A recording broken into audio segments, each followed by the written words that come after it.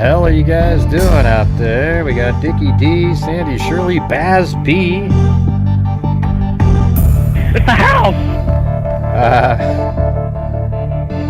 Let's see. Chad Pickett, Lisa Valenzuela. How are you guys doing out there? Alright. Cool. Twitter.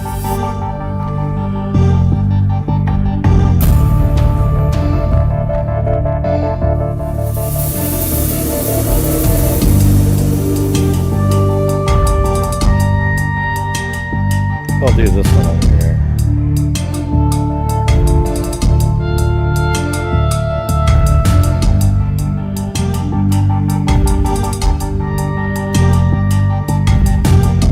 Yes.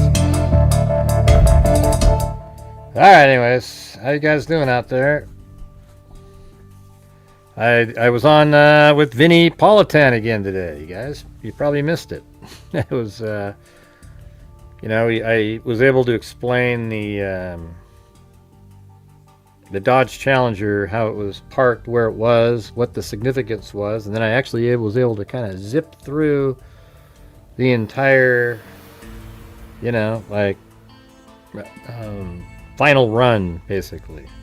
For the first time ever, they, you know, normally when you're on those shows, it used to be live, right? So for some reason they wouldn't let me just have my, you know how I do Google Earth, right? They don't let me do that. But when I was on the meeting beforehand, you know, waiting in, I said, hey, I think it sucks that you guys don't let me do the, you know, do Google Earth, you know? That's where that's how people can see everything. And they were like, well, we could probably do that. And they said, I just don't know. They said, oh, I just don't know how we're going to get that on the screen. But the thing is, what I do here is, like what you guys are seeing right here is not, I'm using StreamYard, but it's not StreamYard what you're seeing on the screen. That's actually my camera from OBS Studio. OBS Studio has what's called a virtual camera. So that's what I used to, you know, when I used to stream, I used to use just OBS Studio. And whatever you see is what you see. You know, like I can switch over to my face, etc. Go over to here, but I'm not changing anything in StreamYard. StreamYard's just using the virtual camera from OBS Studio, so I can just switch it over to the Google Earth screen. Yeah, so that's the thing. Yeah, it's hard to, I don't know, for some reason my notifications don't go out, and I do these shows, and it seems like every other person who is doing Tyler Robinson gets thousands of people, and I get like 100. It's wild, and I have the best information out of every single channel that's covering it. I know they cover it in a different way, you know, it's like it's more entertaining and exciting. Ooh, look at we're on to, you know. I don't do that. I just tell you what the reality is. So it's, you know, more of a struggle. For an unknown reason. Nobody knows. Have we missed anything? Well, we'll find out.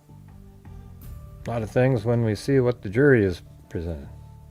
Yeah, I think there's probably a ton of stuff. I mean, you could almost, we could talk about what they probably have that we haven't seen. In fact, there's a lot of stuff that we have that they didn't present over at the preliminary hearing. But today I actually called the Utah County Prosecutor's Office, and I said, you know, I talked to this lady, and then she wanted me to send an email with the stuff. So I sent an email regarding the 3 horizontally flipped videos. You know, hopefully they already knew about those. And then told them about the parked car, the Dodge Challenger parked at 11:18 and 11:26. Exactly where you might think it would be parked. So there you go. Yeah, well, thanks. The Nick Apocalypse. Yeah, that's what everybody says. And then when I do a stream, there's nowhere to be found. Yeah, it's the same thing. Look at right now, 93 people, right? You know, if I was doing something else, like If I was another, I don't know how to explain it, but it just is what it is, you know. Maybe it's the time of day. Maybe I need to start doing it way earlier, like at 3 or something. Even though it says the people that watch my channel are online right around this time. So, not really sure how to do that.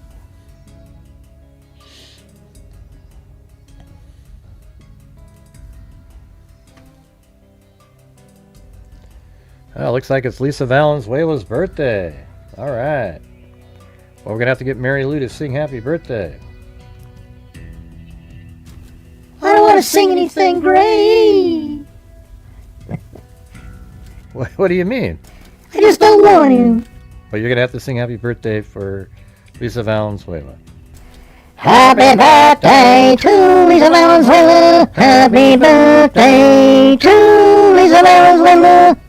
Happy birthday to Lisa Valenzuela. Happy birthday to you. And many more. Hey, shut up, John Boy. Man, Mary Lou, that was absolutely terrible. But yeah, happy birthday out there. Happy birthday. And if I don't thank the mods enough, you guys, I appreciate all the stuff that you guys do. Getting rid of the trolls, etc. Alright? Very cool. But hey guys, here we are, another show. So if you guys can help support the channel, we're at 00000 all the way across the board yet again. So if you guys have the ability to support the channel, I would appreciate it. We did okay for 4 days there, 5 days during the trial, and then it just all of a sudden falls off a cliff. But I had to spend 10 hours a day just to do okay during the trial days. So if you guys have the ability to, that would be fantastic.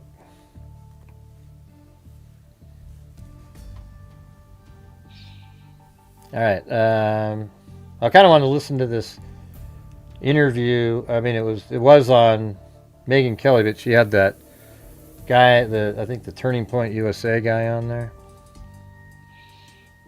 Forgot the what his name is, So Bisic or tell us what something? you saw in court on Friday afternoon.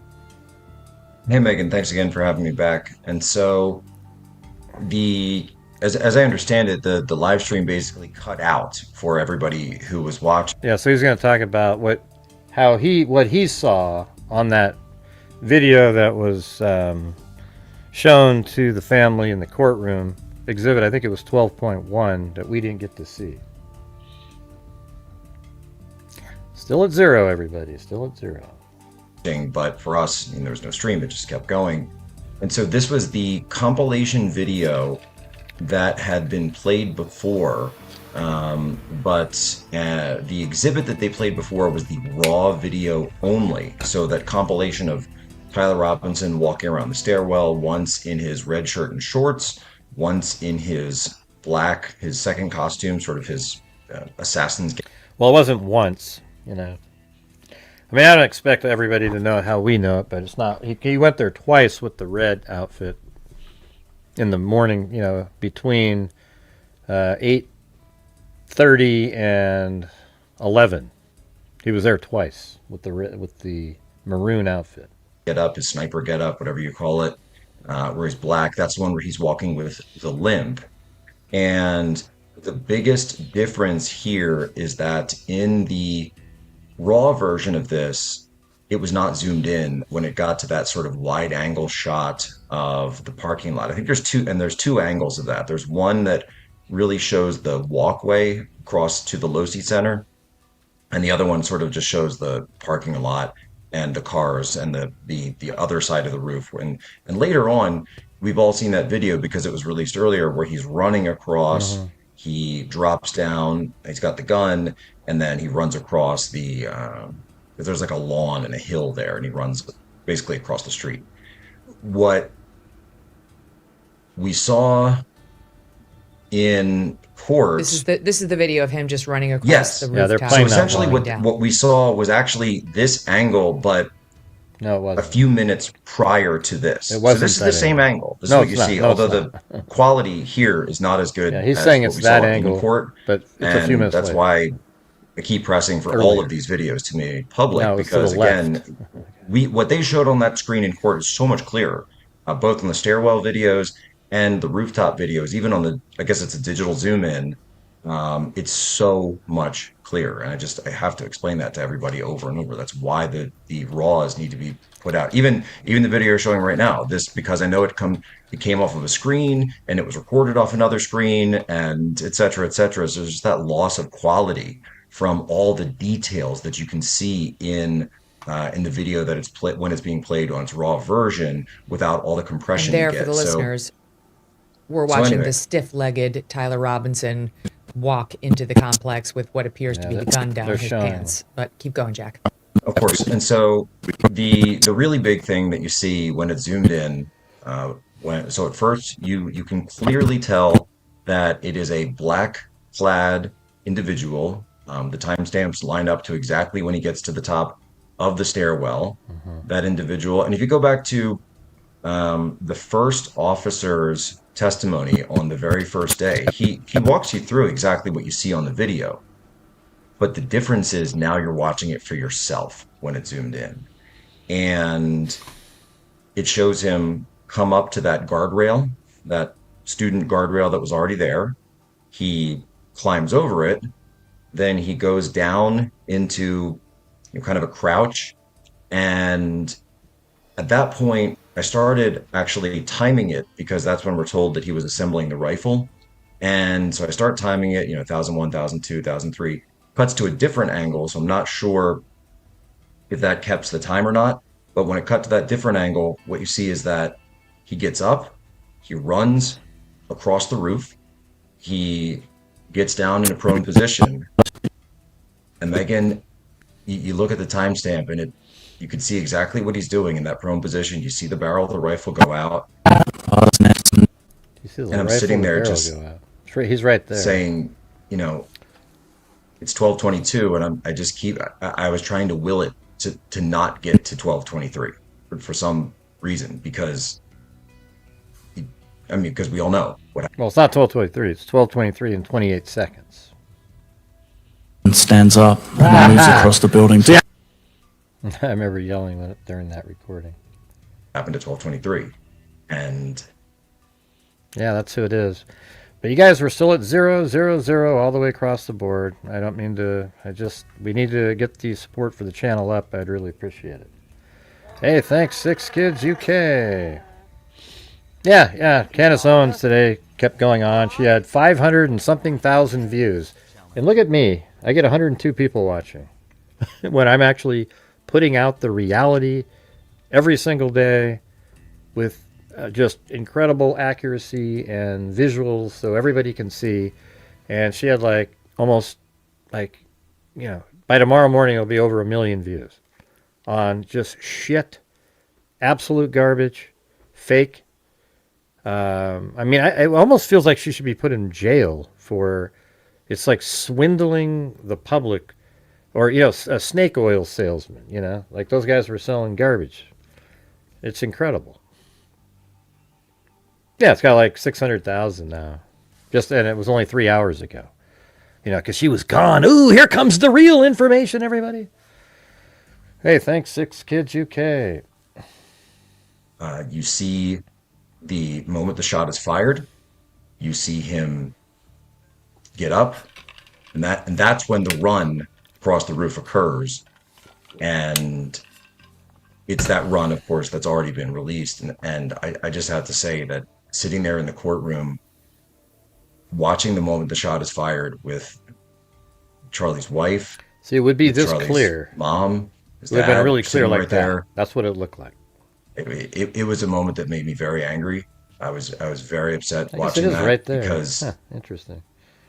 it was like watching Charlie get killed all over again. Yeah. But now you're seeing the other side of it. That's exactly where he was. Realizing that the individual who all the evidence points to, DNA, everything, right there, is sitting right there, right in the room. And he looked away. Tyler Robinson looked away when this was just played. how he runs. You can see him And blurry. I checked with some other people in the courtroom to verify this, yeah. but his exactly table monitor. right. They have table monitors as well. His table monitor was turned off when this was played. He didn't even watch. Couldn't bear to see himself do it, but was full of bravado in the moment and in the days and hours thereafter, as we see in those text messages. Guess Grandpa's rifle worked That is who it is. just I fine. I said who it that was scope was only before I even played it. $2,000. He was, he Did its job. was not feeling the same. But what was it about when you saw him go down? So he crouched we assume to assemble the weapon, and then did you see him go on his stomach in a prone position? Yeah. And then also, did you what about what happened next told you he fired a shot? So you see him run across, it gets down in the crouch, and he is. See, that's what's so dumb. Is like Megan's trying to get to but can you really tell that he took a shot though? Almost as if you're trying to, those aren't even questions you ask. Okay, it's so stupid. From that distance, no, you can't see his finger pulling the trigger.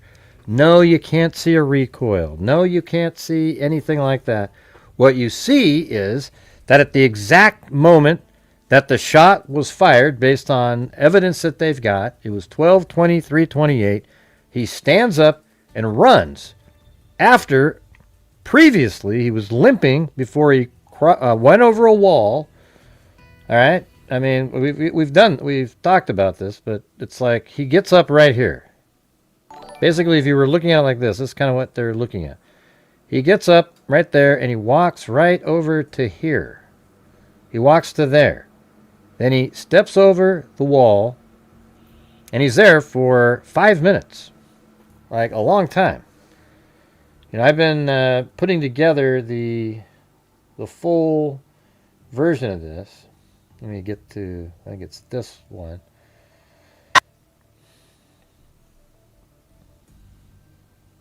Yeah, so when you're watching this, he goes all the way around. You can see him walking right there. Then I switch it over to my video that I made. And then he goes through and then up on the roof. And so right now, remember how they said he got up on the roof at 12:15 and then he steps over the wall at 12:17. Okay, so here it is. He makes it to that wall at almost 12:16, but he's up on the roof at 12:15 and 24 seconds. So then he walks over there. You can see it if I zoom in like this. Watch. See, it's blurry, but there he is. Okay, and then right now it is basically 12:16. All right. Now let's see when we see him climb over the wall there. Hold on. Okay, right there he climbs over the wall. Now that time frame is 12:17 and 11 seconds. So they skipped the clock forward. I guarantee you, if I go back a little bit right here, it'll jump dramatically. They didn't play the full time frame. I don't think, anyways. Yeah, see that? Boom. So there's 12:16 right there, and then he stood there for about a minute. And see how that's 12:15 and 58 seconds, 59. And then it went all the way to 12:17 and 4 seconds. So that means they moved it forward about a minute 4. And then we see him climb over the wall right here. See this? Watch him.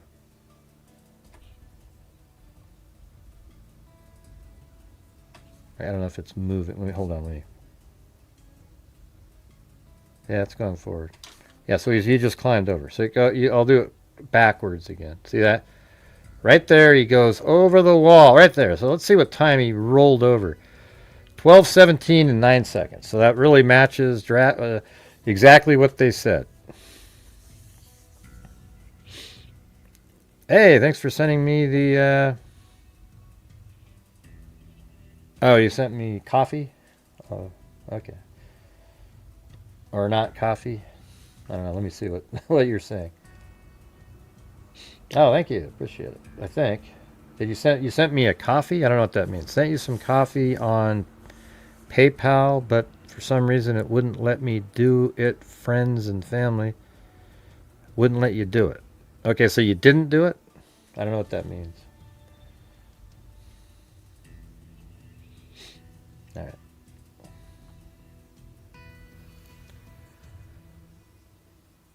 Ivan says, good to see everyone. Hey, how's it going? Oh, you sent it to, okay. You sent it to Buy Me a Coffee or,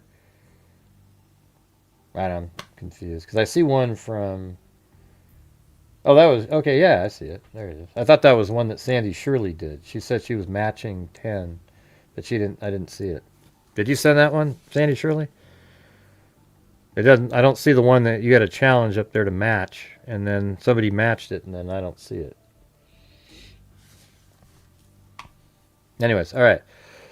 So that's the time. It's at 12:17:09 when the person, Tyler Robinson, not the person, he goes over, and then you can kind of see, look where he is right now. He's kind of hunched over. He's the darkness right there. That darkness, that's him. Now look at the clock up there. They probably jump it again, so it's 12:17:13. They're going to go a 5-minute gap. So there, he's still sitting there. Let me go back and see if did he even move at all during any of that? No, he's still just right there.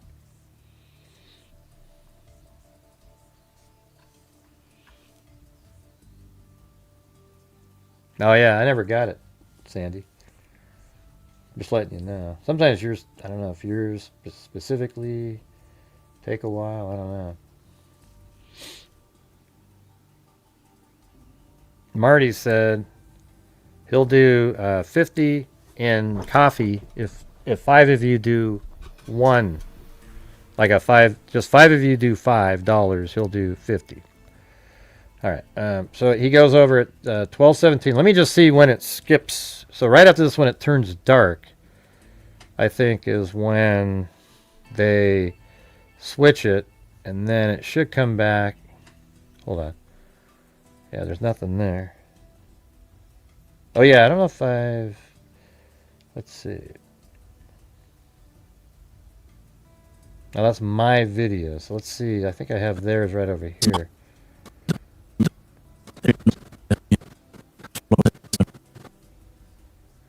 What time is this one? 12, yeah.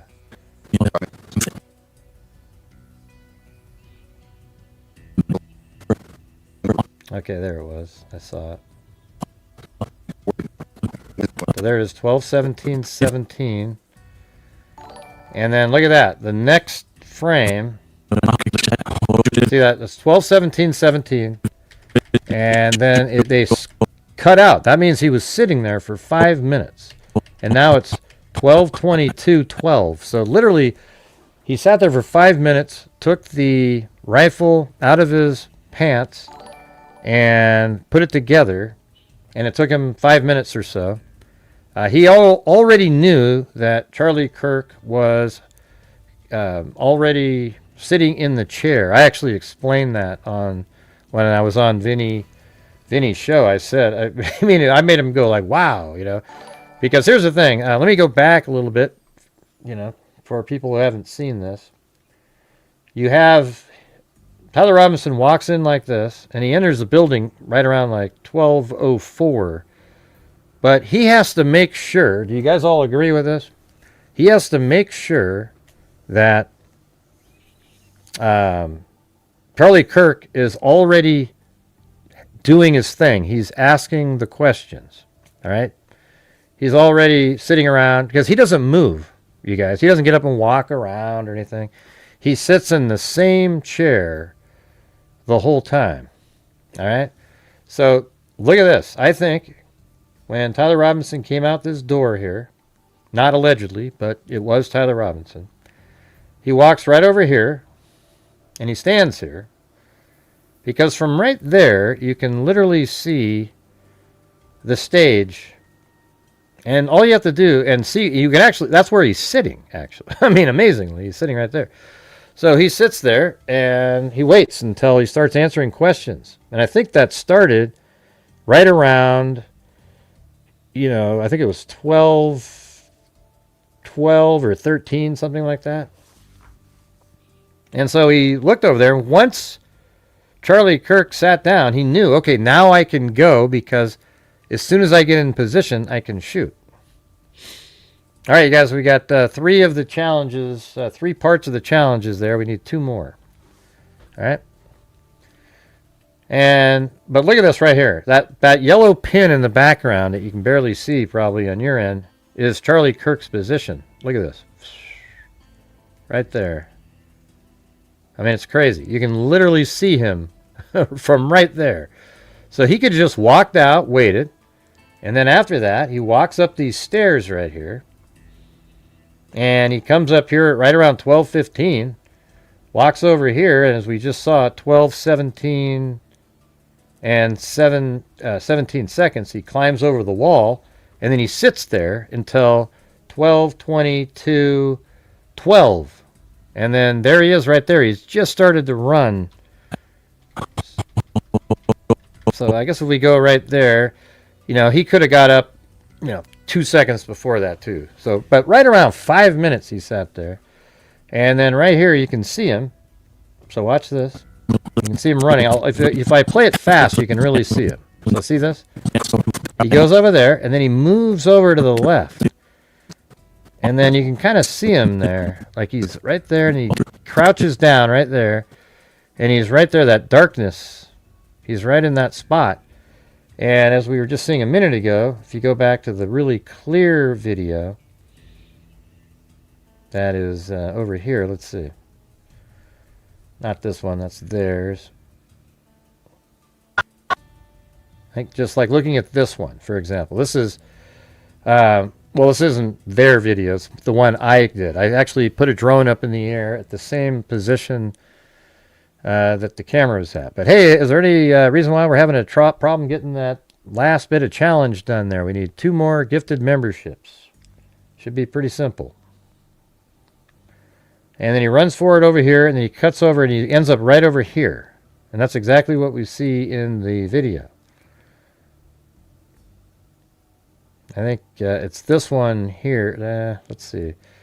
Not sure where they... Yeah, maybe that one. Yeah, well, that's a good one to look at, because from this one you can see he runs over and he makes his way right over that little corner, and that's where the shot came from, right there. So that makes total sense. Hey, thanks, Chad. All right. Appreciate it.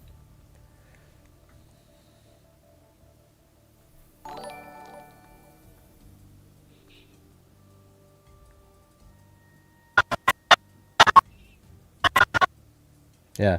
Now, if you haven't seen this, I'll show this really quick. This is my video that I made, and it almost looks identical. I made this a month and a half ago. So you'll see how he's running right there. And that's exactly what we just saw. I mean, it's crazy. It looks exactly the same. But then I edited it and made this.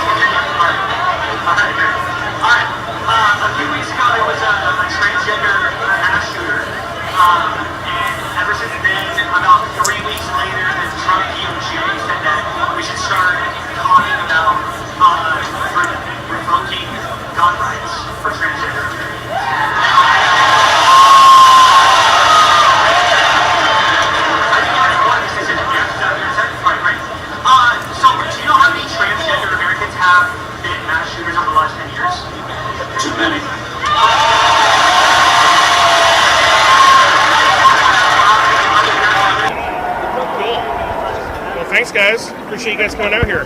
We appreciate you. Love you. You're gonna go down and see closer. They have like 15 guys up here. Crowded. It's just there's just so much stuff. Before we had a flag and we had it, so counting or not counting gang violence. made us move. What was that?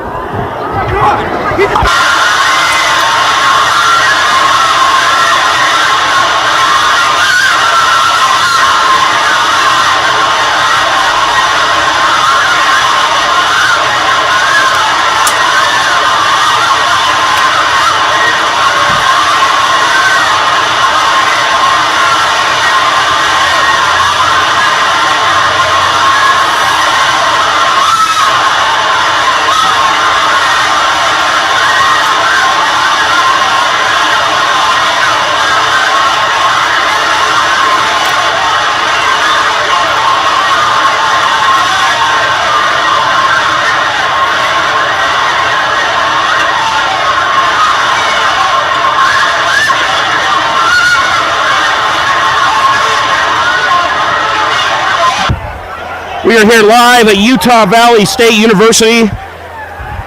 There's been a shooting at the Charlie Kirk event, the TPUSA event. There has been a And it's all of that was at the same time. Like, I mean, I linked it up so that the video that you're seeing of real people moving around, you know, the audience, and the surveillance footage is the same. I mean, I guess they're all real people. What I'm saying is did you hear Gray? He said there was real people on the camera, but not surveillance. Yeah. All right, guys, we had a offer up there by Marty's Bar and Grill to do 10 coffees if 5 of you did one, channel membership or so, and we have 4, but we don't have the 5th one yet. So if you guys could do that, I think I do a good job here. I'd appreciate it. All right. So let's listen to. I just wanted you guys to see that again. If people out there haven't seen it, obviously this is much clearer. You know, they're going to have a version like I was just showing you that I think it's in this one. You know, this version right here when he's running. I think it's right there. See, the real video looks that clear, and see, look how good you could see him right over there. You know, he's still going to be a dark object laying there, but you'll be able to see what he's doing. You can't tell that a shot was fired. See, that's the thing about Megyn Kelly. It's like you're not going to see him shooting. It's just that he did shoot, okay, because he was limping. All right? When he was right up here, he was limping from there to there with the same gait, and he got here. And then he climbs over the wall at 12:17:17, and then he gets up at 12:22, and he runs this direction, 12:22 and some odd seconds, and he goes over there. But he's limping. He goes there, and then he puts together the rifle that was in his pants. And then it took him about 5 minutes, I guess. And then after he put it together, he got up and ran with no more limp anymore. And apparently the screwdriver he used to put together the rifle was left right around in this area. So he left it on the roof. Then he runs over here, and then obviously he shot Charlie Kirk. I mean, the circumstantial evidence. See, people think when you say the word circumstantial evidence, oh, it's just circumstantial. Ooh, okay. Well, that doesn't mean circumstantial evidence is some of the most damning evidence that there is. It's just as powerful as, quote, direct evidence. Okay? It really is. I mean, you could claim a video of somebody shooting somebody is circumstantial. Well, I mean, we don't know what he's doing on there. Yeah, circumstantial evidence is incredible. You have this. I mean, if I go back right here and say this. So Tyler Robinson goes up here. He's limping, and then he's not limping once he stands up after taking the rifle out and putting it together, runs over here, and he shoots Charlie Kirk. Now you'd say, well, how do you know he's the one who shot him? Well, because he then gets up and he has a black towel wrapped around the rifle. And how do you know it's a rifle? Because he went into the woods and he left the rifle and the towel in the woods. On surveillance footage, they could see him go in there, and then when they went there they go. They found it in there. And he admitted to leaving it in there on his text messages. And his grandfather and his father thought it looked like their gun. I mean, it's just right. And then the bullet that was fired from the gun had the shell casing had Tyler Robinson's DNA on it. It said notices bulge, and that's the one that was fired. Okay, he mentioned that in his text messages. Remember that? It's crazy. Yeah, so anyways, thanks up there to 7th State Facts and Michelle H. for reaching Marty's challenge. Very cool. Thank you.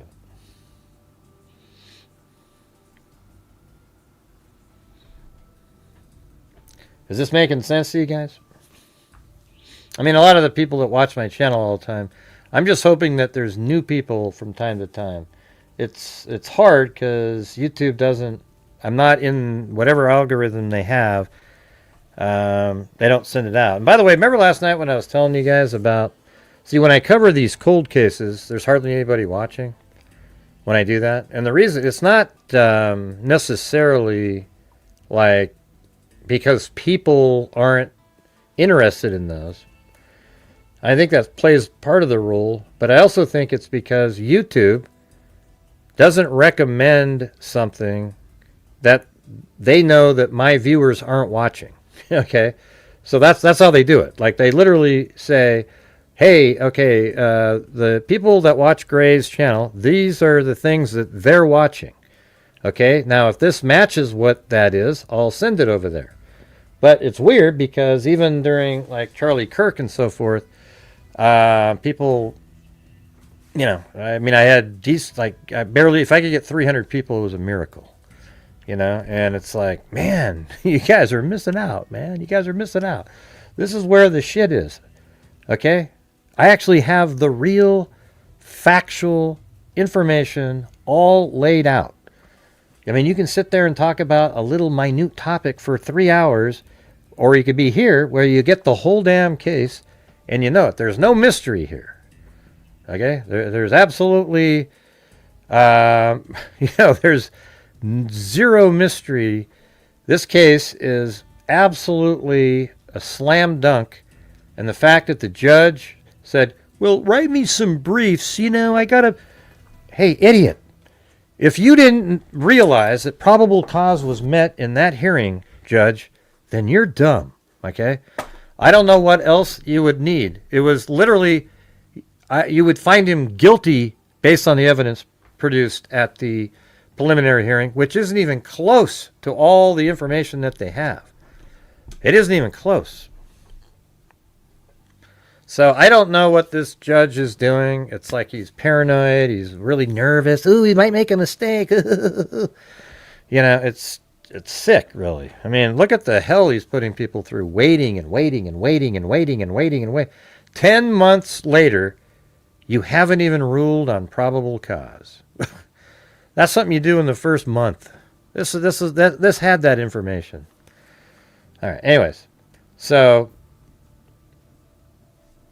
you know, obviously he gets up there and he shoots and he runs off, and then when he runs off the other side, he goes over here like this, and then comes right over to this corner here, and then he lowers himself down, puts his feet on this one, and then there's a little ledge right here, not the top, but right there, that he put his hands on, and then he sort of slid out, let himself off, but with his, you know, sort of had his hands up there and he slid off. I actually put a camera up there. You guys have seen that, where I filmed his 4 fingers, etc. You know what I'm saying?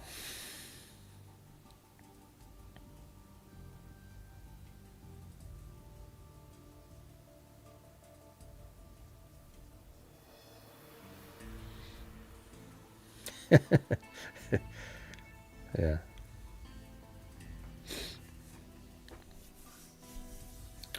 Let's see. Yeah, there's no conspiracy here, you guys. There's nothing at all. And I don't know how many people are watching out there on X. Man, comment in here if you're out there watching. It looks like there's some people. I thought I saw one a minute ago. But let me finish playing this interview here. He's prone for quite some time. That's it. You know, obviously watching it's very... Yeah. No, he was prone for... Let's actually figure that out, right? We can look at it ourselves. When he says quite some time, what do you think he means by that? So I can actually tell you, I think it's less than a minute. I've seen it. Okay, there he is. So he lays down right there. He's prone. Oh, yeah, it's not even close. At 12:22:50. Okay, let me rewind a little bit. No, he's there now. So hold on. Maybe I need to zoom in. I think I was scrolling too fast. Hold on. Oh yeah, right there. So he's prone right now. at 12:22:40, but then you can see he kind of slides over a little bit. Yeah, right there. Exactly, because he needed to. It's really interesting if you go over here. We've shown this before. We showed this like the first day. I mean, it's crazy. You go right here, and if he was right there, he has no shot. You see that? Watch. And it hits this. You're right. You're going to hit this thing. So he had no shot right there. If he was just right in that, so he, of course, then, if he's over here, he has to shimmy over until he has a shot, which is about right there. And then from here, it's just like that. Let's see, right there, and then boom, he just fired right straight down like that. Let's try a ocean wave emoji to follow up Marty's challenge. Yeah, we're currently only at 1/10 of the goal in here, so. Well, cool, Marty. Man, thank you for the coffee. I said thanks to you last night, but you already took off. Then I tried calling you up, but you didn't answer. You probably already went to bed.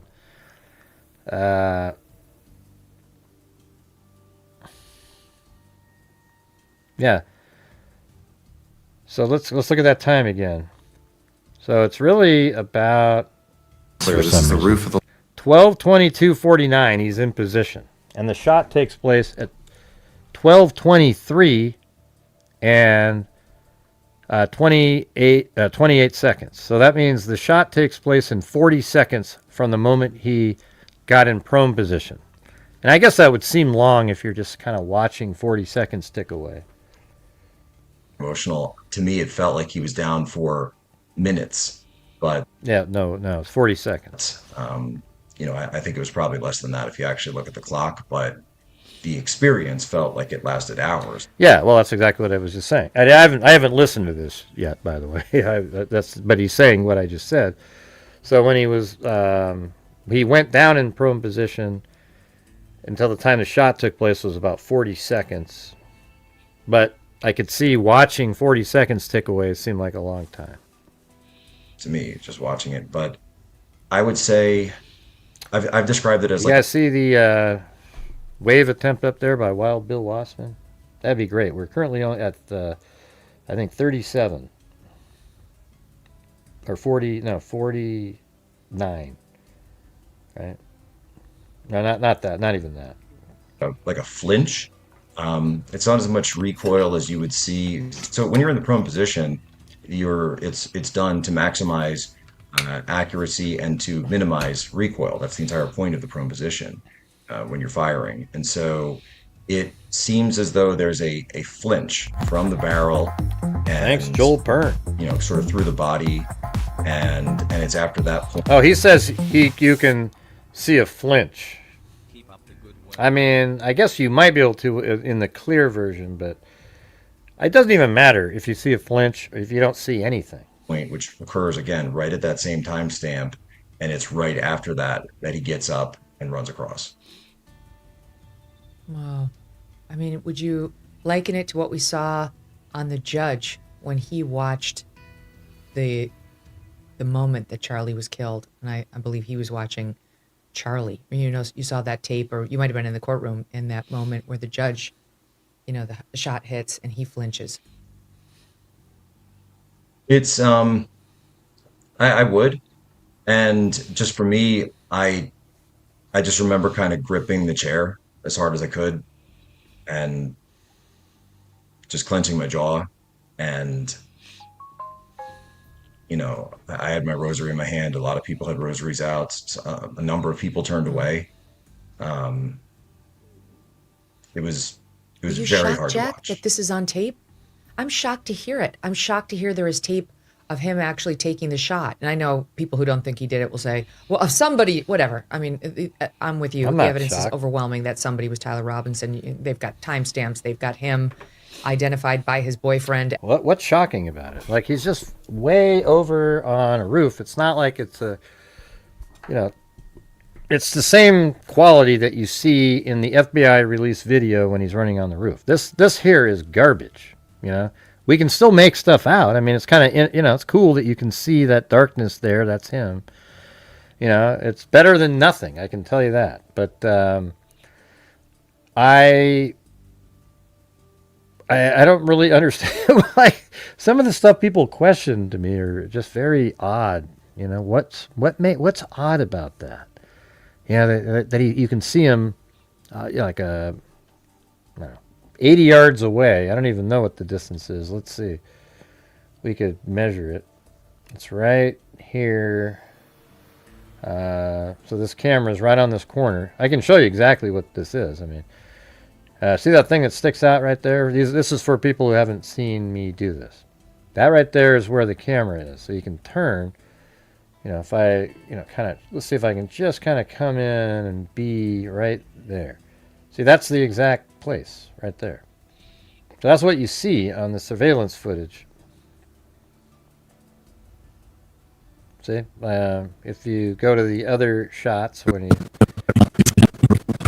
like that one, and I have a 360-degree video where I'm literally right there, maybe a foot or two above it, and so that's a really valuable tool that we've used in here many times. And you throw that one up.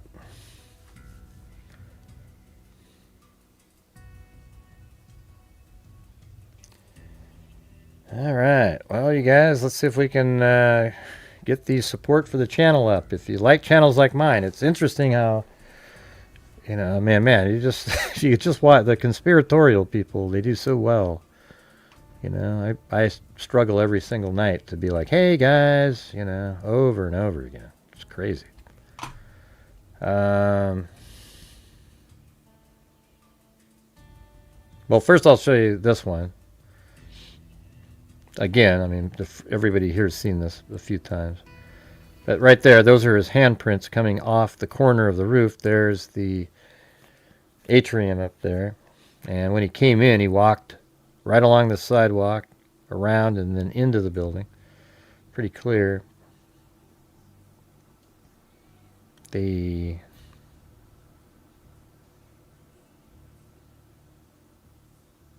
yeah, it's this one right here.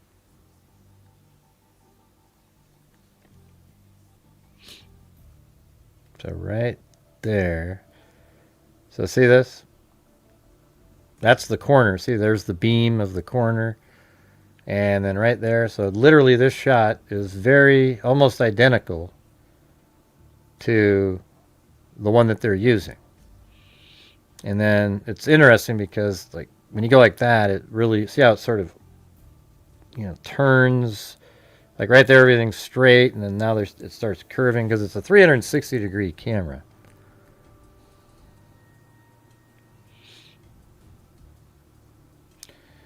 Yep. Very cool. And right, Paramount Tactical is one of these two guys. I think he's the guy on the left there. Or actually, he might be right here.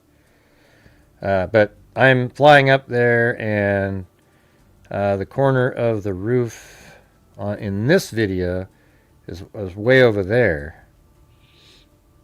So he ran around and went right in there. So I think it's a little lower than this, but you know, it looks exactly the same, right? And so what I've always told people is that at the end, when he jumps out the roof and he runs across, he goes over here, but he doesn't show up anymore over there. So they know he went into the woods. And if you go across the street there, it dips down about 4 or 5 feet. And so he could have walked a little bit over here and you still wouldn't really see him in the shadows over there. But they knew he went into the wooded area because he didn't show up anywhere over here. And he intentionally went across the street towards the wooded area and then he disappeared.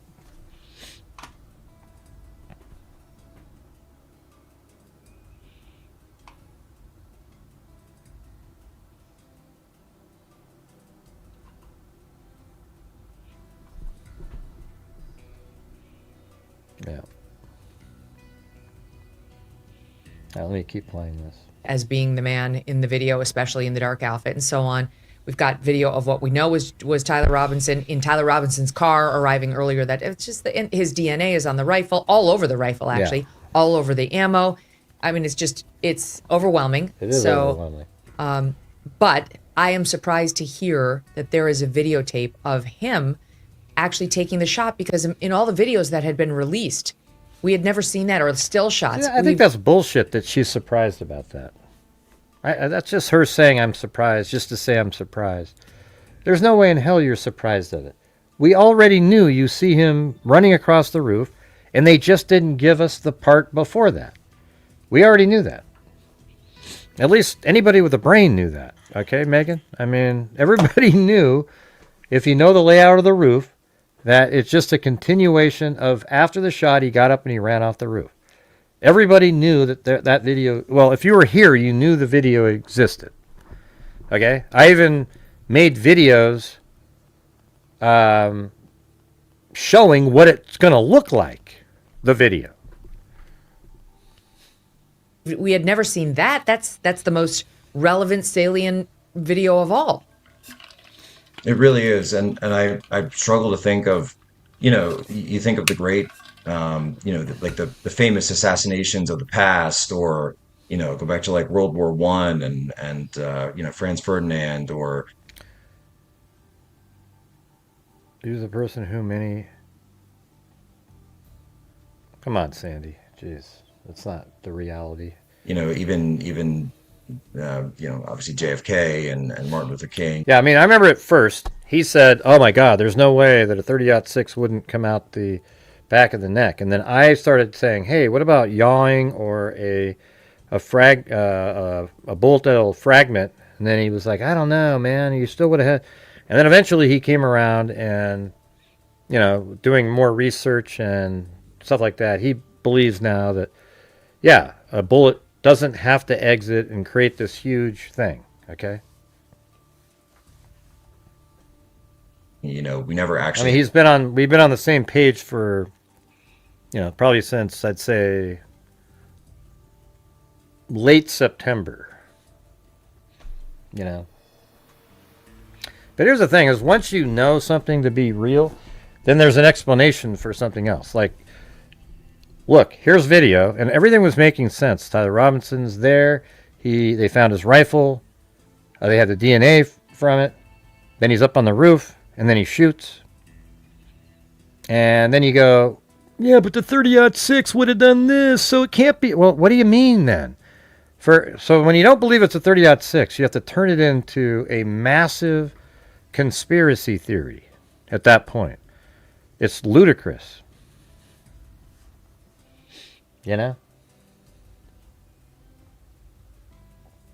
Hey, thanks, Amy Slates.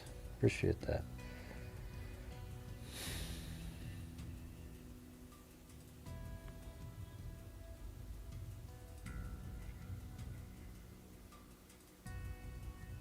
Yeah. Yeah, maybe that's what convinced them, Sandy, over time. Because at first he wasn't that way, but then, he that's what makes him different than other people. Is like they'll just keep saying it over and over and over again. But once you learn and figure it out, if you keep selling something that isn't true, then you're a nut job. Oh, Jesus, Sandy. You just keep going and going. Would you stop, please? My God.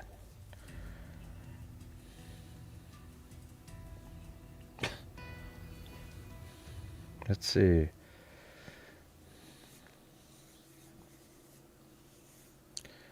Yeah. I really like Charlie. Yeah, he was a cool dude.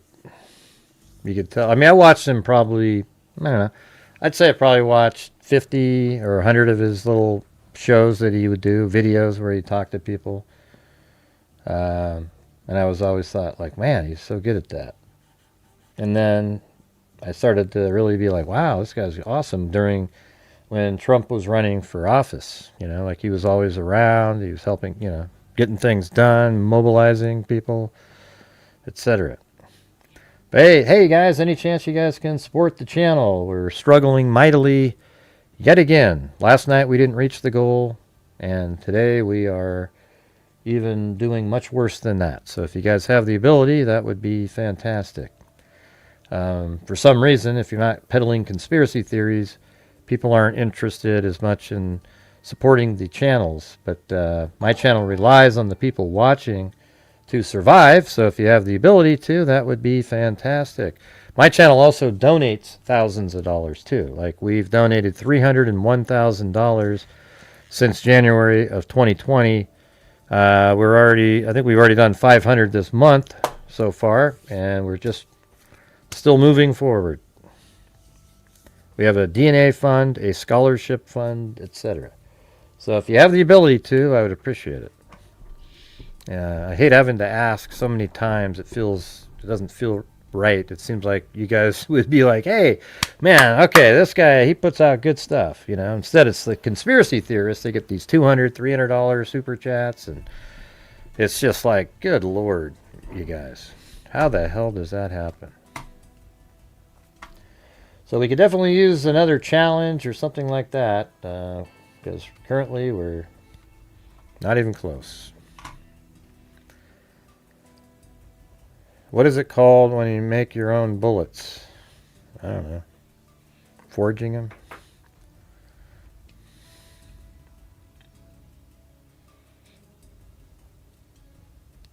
Yeah. Oh, reloading, I guess. That's what Wild Bill said.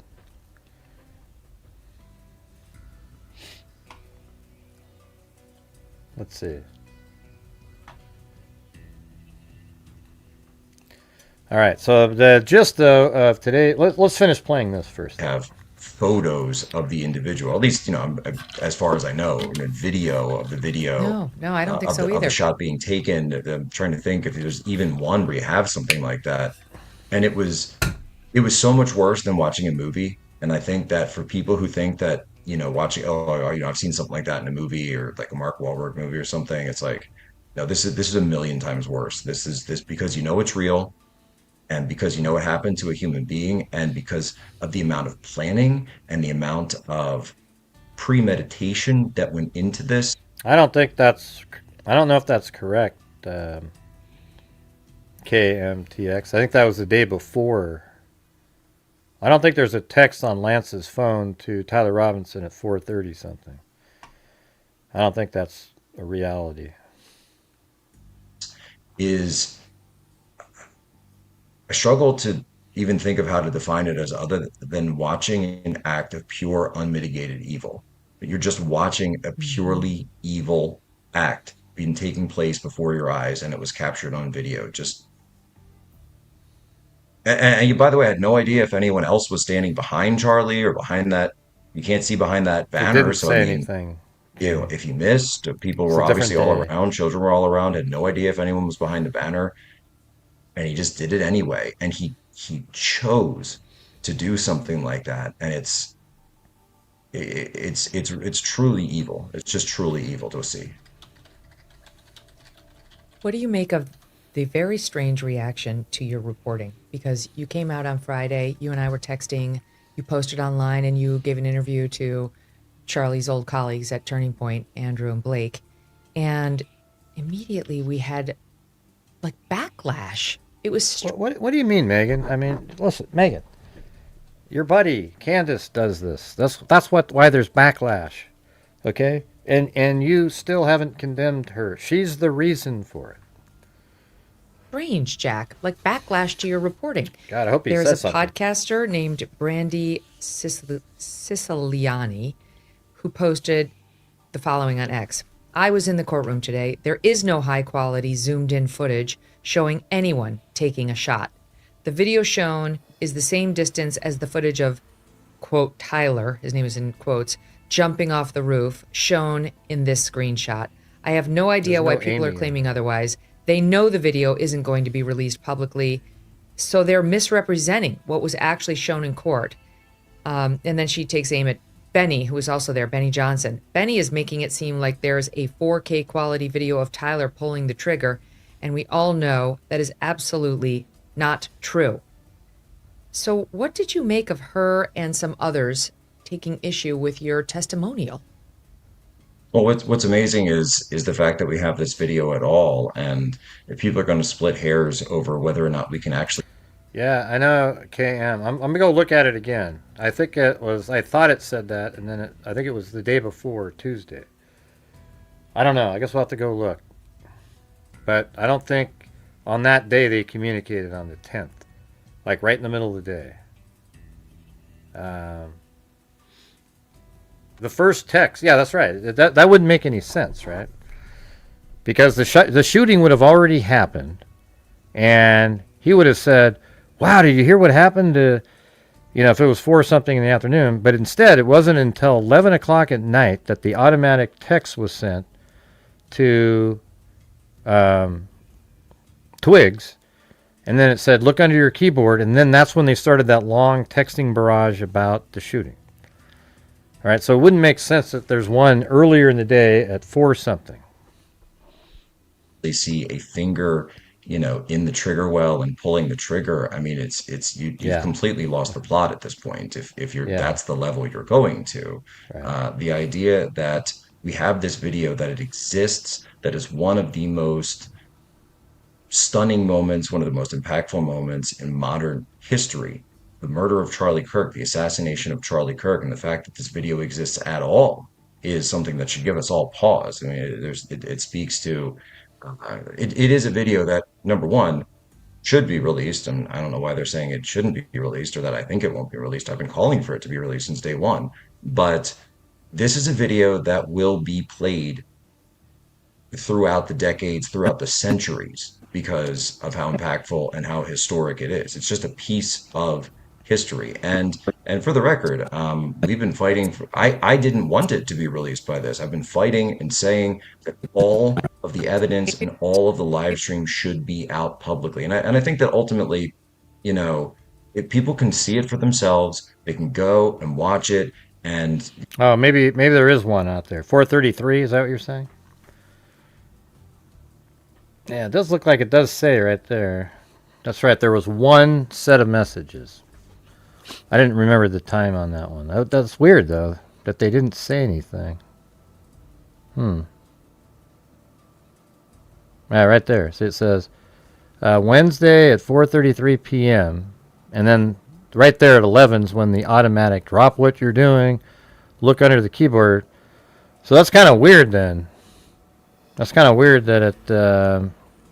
that's right, I remember talking about it. But this up here looks like it says Monday. So these all happened Monday. They must communicate somewhere else. But right here where it says Wednesday at 4:33, I love you so much.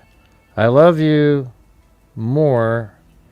Wah, wah, mom, wah, wah, whatever. But anyways, this is, like an hour, 2 hours before he went to Dairy Queen. So he's already shot Charlie Kirk here. And so it's weird. He doesn't... what's interesting about these? Is it almost seems that is proof that he wasn't going to tell Twigs except for this happened. His automatic text. Isn't that weird? Because these are totally unrelated. Like, oh yeah, hey, how's it going? They're just saying hi to each other. But then, this one at 11 o'clock got sent out, and he didn't want it sent out. He goes, "What? You're joking?" And he goes, I tried to delete that. So he wanted it to kind of be like this and just kind of keep it quiet. But I think what happened, well, I actually thought originally that he started talking about it with him, with Twigs, because he felt like he was, he was just stuck. He knew he couldn't get that rifle, so he kind of needed to talk. And maybe that's why he talked so much here after this, because he really needed somebody to talk to, because he was feeling like he's not going to be able to get that rifle and the towel and etc. But hey, guys, how do we get the support for the channel up in here? We're having this massive lulls, and we're just... I don't know, you guys. What do we do? I don't know how to get the excitement up. Anybody have an answer?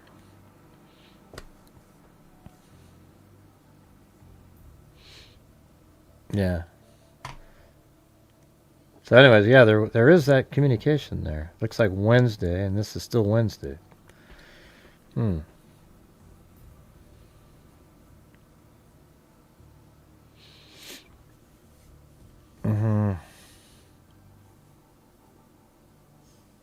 Okay, so what, Cam? I don't care. We thought that a long time ago, remember? Yeah. I'm not sure why you keep trying to You know, we just see it right here. It's 4:33. Yeah.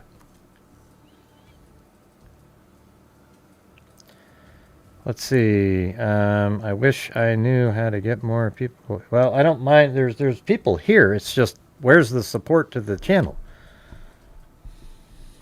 You know. Anyways, you know, we've gone through all these text messages. You know, do I wish the quality were better? I mean, of course, I wish all videos quality were better. But again, I mean, that's you know, you're asking for something that's It's beyond the surveillance point. video. Right. The point is that it Ridiculous. exists. It's surveillance video. We're lucky it exists at all. Right. Anything. And some people who refuse to believe that Tyler Robinson did this have been saying for quite some time, oh, but there's no video of the actual shooting. Oh, it's so convenient how they only have him running across the roof. And then we actually find out there is video of the actual moment the shooter drops down and pulls the trigger. And still they won't accept it. I mean, it's just, we're never going to get through to them. I don't even really care about them, to be honest. I just think, and I want to know your opinion as somebody who sat in that courtroom all week. To me, the evidence is overwhelming. We never have this much evidence. To me, it's so overwhelming. I know, that's why I've told people. It shows that Tyler Robinson did not care at all. Yeah, I mean, the thing is, I've said the same thing before. This is the strongest case I've ever seen by a mile. Like, there's never been one that I can remember anywhere that's ever been stronger than this one. There's nothing in this case that, quote, just doesn't add up. There's nothing. Or, you know, things just don't, you know. Yeah, people always say those same comments all the time. Something's off. You know, there's nothing off here. It's clear, simple. It's one of the most simple cases that's ever been, okay? There is video of him. No, it wouldn't be over already. The same thing would be happening right now. I don't care, KM. Do you understand?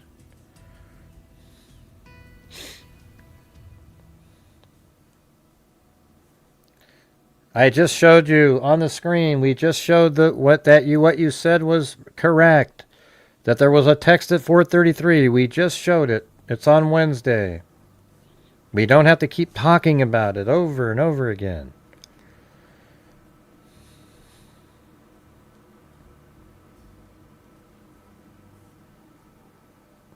Nobody talks down to anybody, Kitty.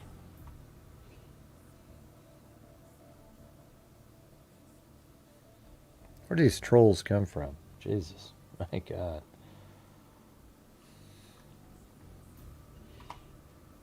You do. You just did, so.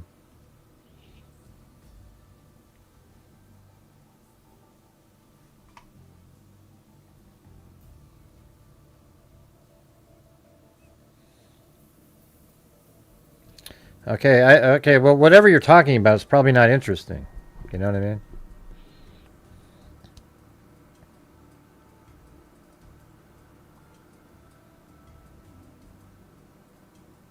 We aren't being told something different. Okay? This is a slam dunk case, KM. There is zero of any kind. There's nothing of any sort of reasonable anything related to Tyler Robinson. Okay? So you can sit here and go, what's going on? There's a discrepancy. What in the hell are you talking about? Maybe they were told later, oh, there isn't one earlier. Okay? Maybe that's what happened. My God, you're focused in on the most ludicrous stuff. It's the only thing that doesn't add up but doesn't mean much is that Twiggs said he talked about Kirk with... you mean that he didn't talk to him? He said he didn't talk to him about Kirk. That doesn't... That all that means is he's lying. It adds up. He just...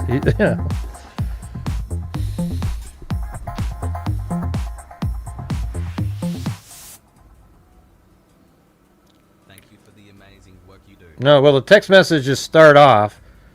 They have them in order. Maybe we can do a show where we try to put it back in order, because I know that mine aren't in the correct order currently.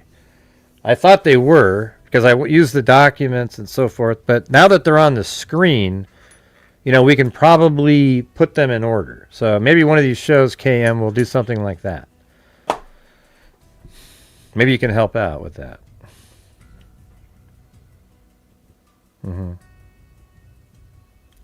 Who's in here?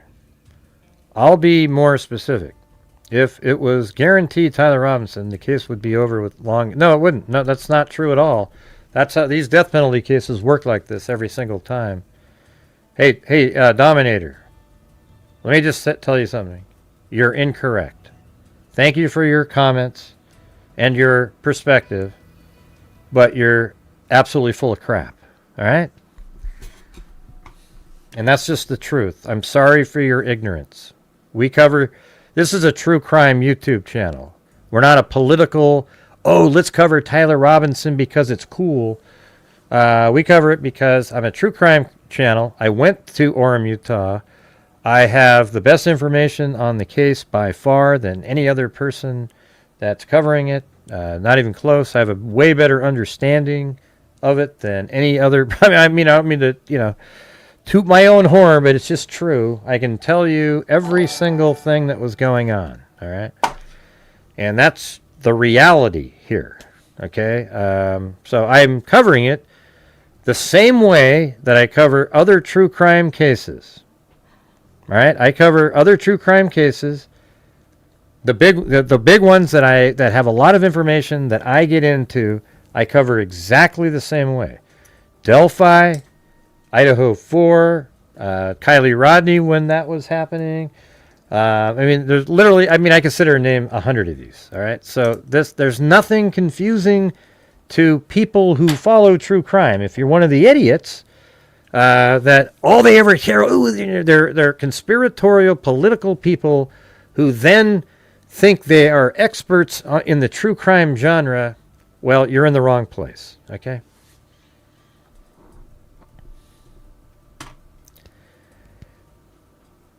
Let's see. So here it is. Okay. Well, let me show you what I talked about on Court TV tonight. All right. So on Court TV tonight, we talked about this spot right here. Right now, this is really huge, and I sent it to the prosecutors. I hope they might already have it. Who the hell knows? But they might have got surveillance footage from somewhere else and found it, but maybe not. And I've had this for months. I don't know why I didn't think of sending it to him before. I guess I was waiting for the probable cause.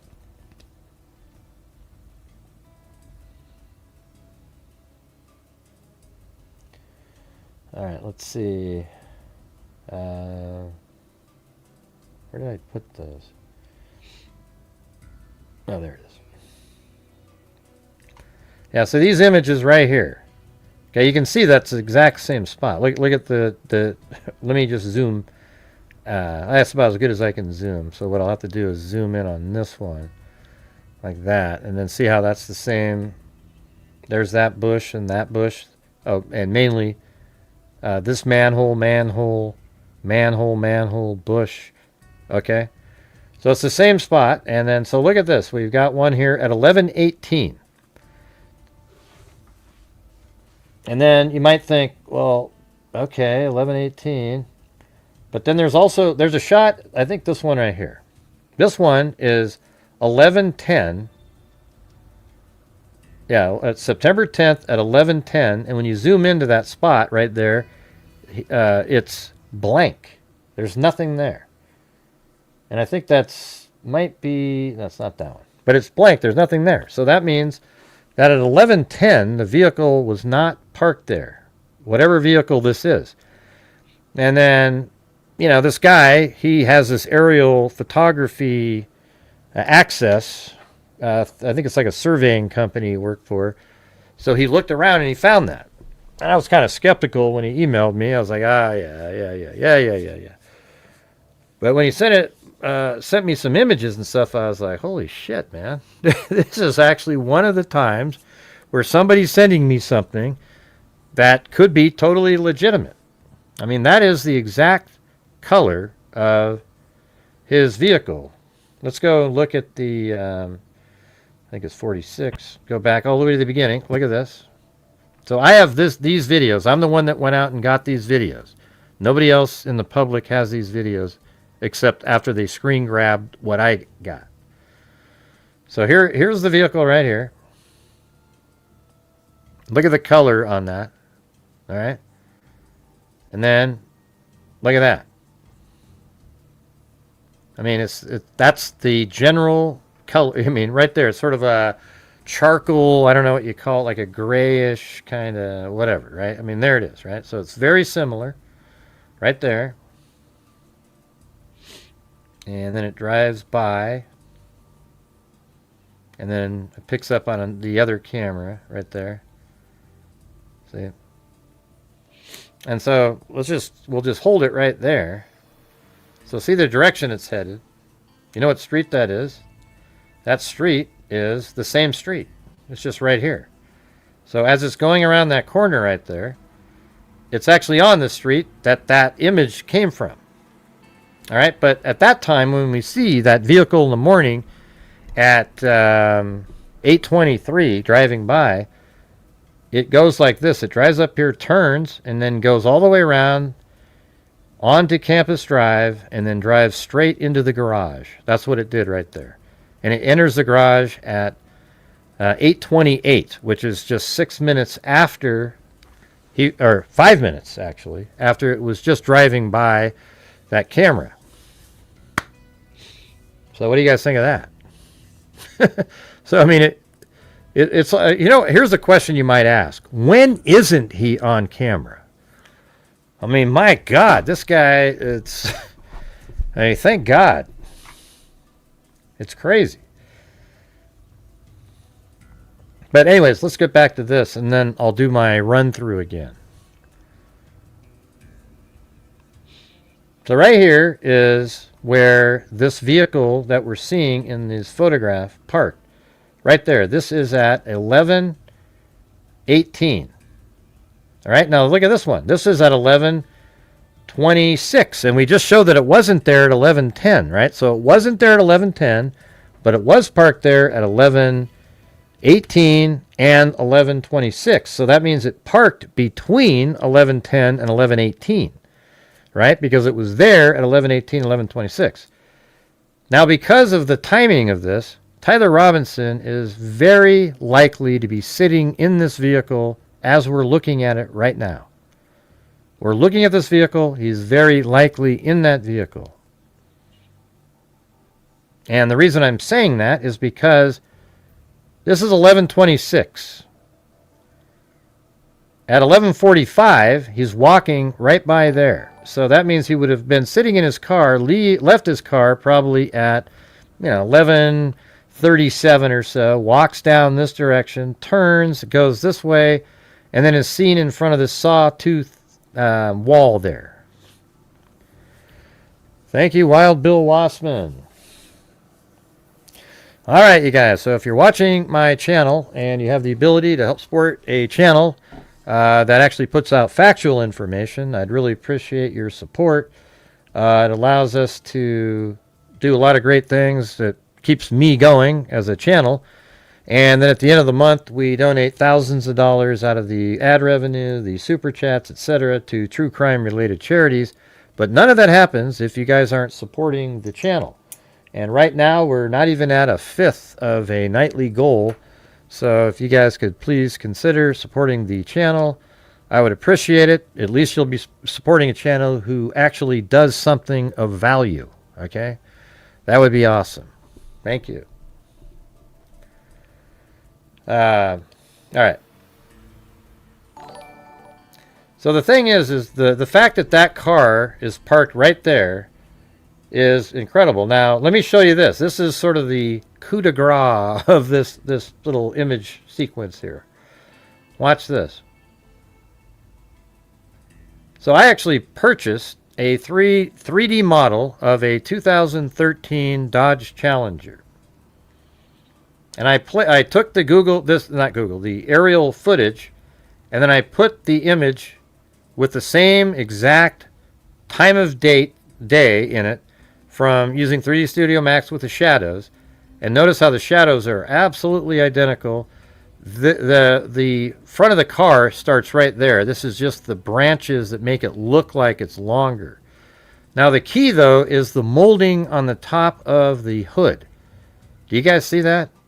That's a very unusual shape right there. And look at that. Boom, boom, boom, boom, boom. Same damn thing.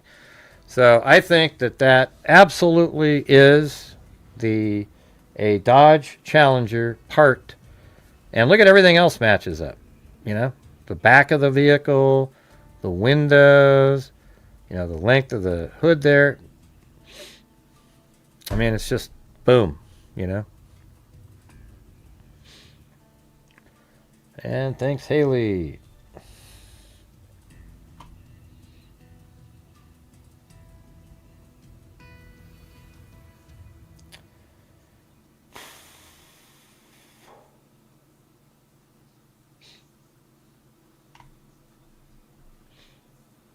Thanks for the coffee there, Marty. Well, don't say the rims too, Joey. I can't see the rims in this picture. So let's not just pretend like, hey, look at the rims too.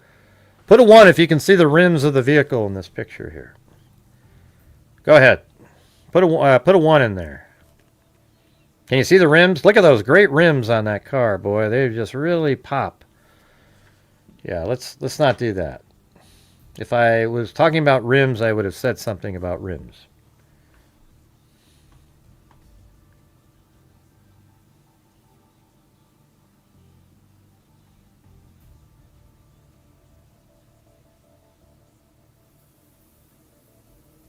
Mm-hmm.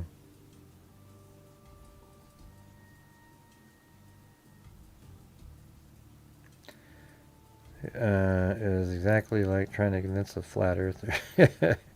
Yeah, they always say prove it's round. No, you can't. You can't see it, Joey. You can't see it, Joey. You can't see the chrome rims or anything on this picture right here. All right, it's not happening. I'm just goofing around with you, man. But you must be talking about something else. There's definitely no chrome rims here. Well, thanks again there, Wild Bill Wassman.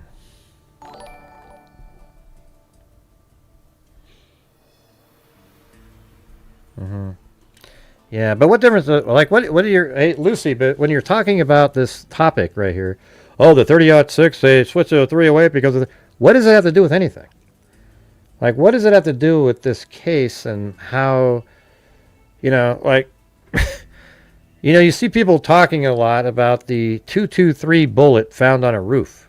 Who cares? Does anybody care about the bullet found on the roof somewhere? You know, they talked about how there was military people, you know, not military, but law enforcement, maybe some people who showed up. I don't know if they were saying some military showed up later. I don't remember how that went down, but like law enforcement would have had basically an like AR-15 type weapon walking around, and it's just Charlie Kirk was shot with a 30-06. So what difference does it make that a 223 bullet was found? Because whatever gun shot that sure as hell didn't shoot Charlie Kirk. You know what gun did do it? The Mauser 30-06 that Tyler Robinson had. The one that his dad and grandfather went, wow, that looks like the gun we gave him. You know? You mean, and also the gun that inside had a bullet that said, notices bulge, with Tyler Robinson's DNA on it. And the rifle had DNA from Tyler Robinson on the trigger. It had DNA everywhere. And the towel that wrapped it. Also, you know, and people think, oh, well, maybe it was twigs. How come, let me ask you this question. How come not one person, Tyler Robinson's parents, they didn't go, gosh, that guy looks like twigs. None of them said that. But they did say, that looks like our kid, without being prompted by anybody. Well, because they look the same, Gray? You mean so similarly that Tyler Robinson's parents would go, wow, that looks like our sun, but it was actually twigs. I mean, has anybody ever thought through these things at all? So what are the what's the challenge up here that Marty has? Wow, Marty said he'll do $100 of coffee if we can come up with 10 gifted memberships. All right, so we have 1. Can you guys do the other 9 amongst you all? And then that would be a huge help to the channel right there. We're getting so little support in here, so maybe that would help out a lot. So if we can get the 9, we just need 9 more of those. Any chance at that?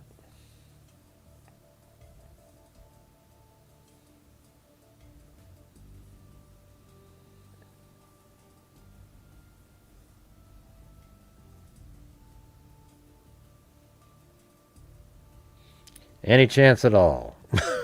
Jesus. Man, you guys are so disappointing. Remember how it used to be, you guys? You know, we'd have a challenge and ding, ding, ding. I would, like 10 seconds in, we're done. Now I just sit there and hope to God, you know. But man, if you, maybe one of these days you'll wake up in the morning and I'll be a conspiracy theorist just to survive as a YouTube channel. Because it sure as hell, the support, you know, when you're not, is totally gone, you know. It's crazy. It sucks.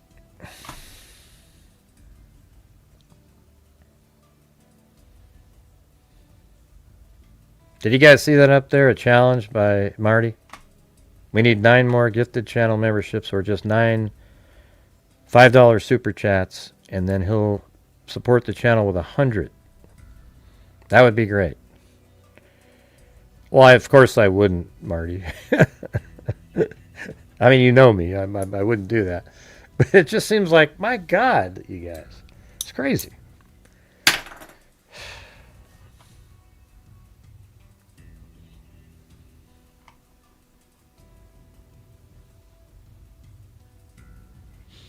So anyways, does anybody doubt right now that that is at least a 2013 Dodge Challenger? And then when you see where it's parked, look at this. It makes total sense. It's just right up the road, and twice. One time he was walking this direction, and we can see that. So not only do you have this, right? You then have him. So after, well, let's just do it in order, I guess. So after you see him going into the garage there, he drives in. I'll play it at regular speed so you can see it. So that's the parking garage. Yeah. Hey, thanks, Kelly. Okay, what are we seeing here, Agent Hall? That's the vehicle that is believed to belong to Mr. Robinson arriving in the parking garage on campus. At what time in the morning? Marty, what time Marty of the day? called me out. He knew I wouldn't approximately 8:30 in the morning on September 10th, 2025. And what leads you to believe this particular vehicle belongs to Mr. Robinson? Information. Vehicle belongs to Mr. Robinson. Information that was provided regards to driver's license and Department of Motor Vehicle records. The vehicle fits the description of a vehicle owned by Mr. Robinson. Is there anything unique? Yeah, and he's there. So. Unique about that vehicle that stands out to you? And not only that, he's there, and then he comes walking out of it. Right? So it's like, okay, yeah, he's there. And, you know, I mean, I don't know what, you know, their clear version might actually be able to make out the license plate on it. Let's go back and look at that. Hold on. See that right there? I mean, that's almost readable, but it's just horrendous quality right there. So they're going to have the clear version of this, and they might be able to make out the license plate. I mean, if that's the vehicle. I don't know if that's his. I mean, I don't know if I zip past his car. That might be. And what leads you to believe that this particular vehicle belongs to Mr. Robinson? Information. See that? Look at those rims, Joey. Vehicle belongs to Mr. Robinson. Hey, by the way, I saw Joey sent me like a song that he's a drummer. Then he played one where he showed me one where he's drumming. It's pretty cool. Information that was provided regards to driver's license and Department of Motor Vehicle records. The vehicle fits the description of a vehicle owned by Mr. Robinson. Is there anything unique about that vehicle that stands out to you? The shape of the vehicle is very distinct, but predominantly the wheels were very distinctive on this version of the vehicle. Now what do we see?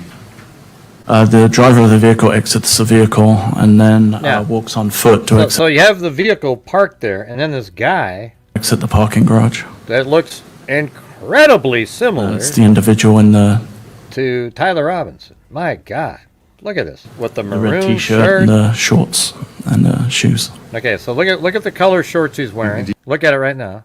See that? He's got Do you those sort of believe those greenish You maroon recognize shorts who that on. person is? Yes. And it's weird too. He's got his hat propped up a little bit more than he normally does either. Hey, welcome, Amy Slate. So you guys, we need 8 more gifted channel memberships for Marty's challenge to kick in. Yes. Who is that? I believe that's Tyler Robinson. All right, and where does he go from there? Yeah. Now, on this channel, so what I figured out was he parked on the 2nd floor. All right. So there's a lot of people that watch this and they don't know what they're looking at. You're just kind of looking at stairway, and it was confusing to me because this shot right here is looking down, and I know where this one is. This one is here. I'll show you guys again for people who haven't seen it. It is, let's see, I think it's call it camera angle. Yeah, that's one. Now, so when Tyler Robinson comes up, he comes up these same set of stairs, right? But the camera that films that last shot isn't on this floor. It's on the next one. So you have to go up the stairs. Okay, let me keep going here. Maybe it's right here. Yeah, there we go. A little bit further. And then if you look right up there, see that camera? That's the camera that films him. It films him coming out, but it also films coming down these stairs. See above me right there? I haven't seen Jim in a couple days. I don't know. But these are stairs that come down. See that? Come down and then turns, and then you go down these stairs, right? So that's what we're seeing right here. These are the stairs that come down, and then right here. But amazingly, they had these flipped. In the presentation at trial, this whole image here was flipped around, and it even made less sense. So I've actually flipped it around. That's why the words are backwards, because now it's correct. So you'll see Tyler Robinson coming from the 2nd floor. So what that means is he came in to the parking area. Let's see, where the hell is it? Right there. And then he moved up to the 2nd floor, which is this floor. He made it to this floor right there. No, wait, this floor, excuse me. So he went from the ground level all the way up to yeah, which one am I looking at here? Hold on, I got to look back. They have these, that's right. I screwed up again. See, the way they put this together was so moronic. Okay, listen to this. You believe you recognize? Remember when he got there at 8:28 in the morning, and he stayed there till about 9:30. Let's take a look at the top. Man, that's what I was. God, it's crazy. So at 8:28, they pull into the garage, and he leaves at 9:32. You guys remember that?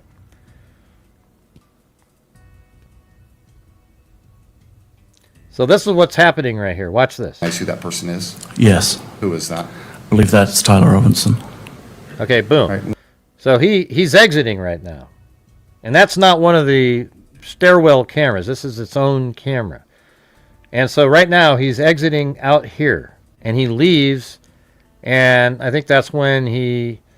which one was that? He goes down and talks to some Turning Point USA people down here. And then he comes back up. And he makes it back to the garage. But check it out. When he comes back to the garage, you know what he does, you guys? He goes into this entrance right here. And you might say, well, how do you know that, Gray? How do you know that? Well, you'll see. So watch this. The first level right there, that's the level his car's parked on. And you remember how he just got out of his car and he walked and then turned and left? That means his car is on this level, right? You guys following along? That means his car is on this level because you see him right there. He walked down and he turned to the right. Now look outside right there. There's grass in that upper left-hand corner at the same level basically as this. So when you look right around there, turn around, there it is right there. That's the grass that you're looking at. This level right here is the level his car's parked on, and then he exits the garage. Now when he comes back later, look at this. He goes into this entrance right here, and then watch what happens. I gotta get out of here. I'm stuck. He goes into this one. Now watch how this level, let's go across. See that? Staying with it. Oh wow, he's up on the second floor now when he comes back in. So that means when you see this next clip, where does he go from there? This is him coming back in. That means you can see his feet right there. That means he walked down the center just like he did on the first floor. And instead of heading out, he can't because it's a wall there. He could only get out down there. Watch what he does. He comes down the stairs. He heads out of the parking garage on foot into the campus. And forget what this guy's saying. He's totally off. Actually goes to the quad area Now of look, the campus. He comes down. At that time, he makes contact with some representatives from TPUSA. And then see, notice how now he turns to the right. That makes total sense. The video they had before, when it wasn't flipped, he goes to the left, which didn't make sense either. I mean, so now he goes to the right. That means he's heading back into the center of the parking structure to get back to his car. And now it matches up absolutely perfectly. Right here, so watch. the amphitheater is what I previously referred and he to. cut over to this, and now he's heading back to his car, which is on the first floor. So he goes up on campus, visits the amphitheater area, the courtyard or quad. Correct. And then what do we see here now? He returns on foot back to the same vehicle. All right, you guys, we still need 8 gifted channel memberships to reach the challenge that Marty had up there. So if you guys could do that, that'd be great. Thank you. Is he returning back to the vehicle? It's about 9:25 a.m.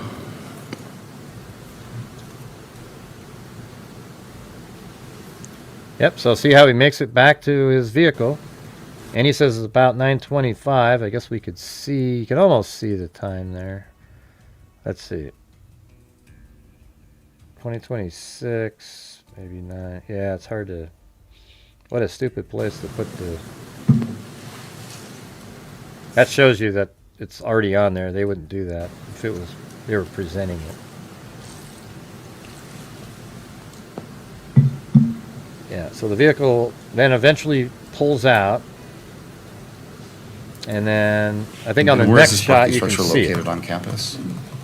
It's just off of campus. So this is like after an hour on campus. Gray, can you comment on the steakhouse narrative? Could he have made that trip in the amount of time? You mean when he was heading back home? I think when he was heading back home, he could have stopped because it seems like it's an hour of missing time. After he left at 1:30 and then he's seen at 7:30, I guess it's only a 5-hour drive. So the steakhouse was his drive home, not the drive there. Drive. It's a short walk from the amphitheater. What do we see now? Yeah, you guys put your questions and comments in super chats, just like they do on other channels, and we'll read them. That's the vehicle exiting with Mr. Robinson driving the vehicle. There he goes.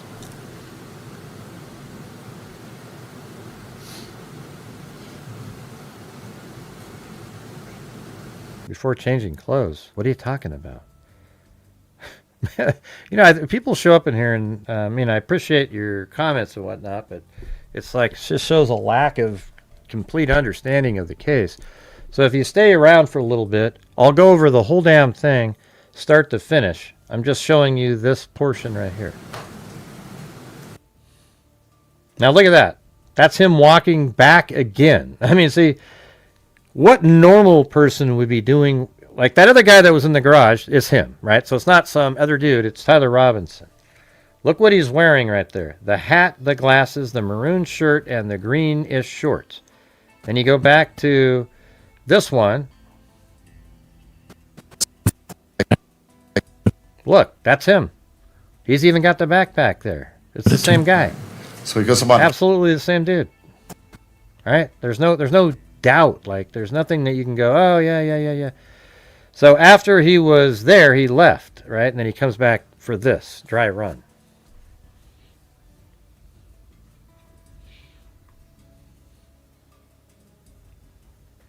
Yeah, go ahead and if you put those in the super chats, I'll see them. I've decided I got to get to that. That's what other channels do, and they go over all the ones that do the super chats. And over here, not only do I don't get the super chats, I don't get the comments. So let's try to do that, you guys, and then I'll read them.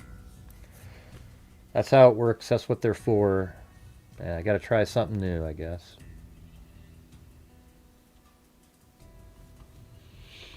And there's another gifted one by Wild Bill Wassman because we couldn't get another soul in here to help support the channel to reach Marty's challenge, where we've got 7 more to go now.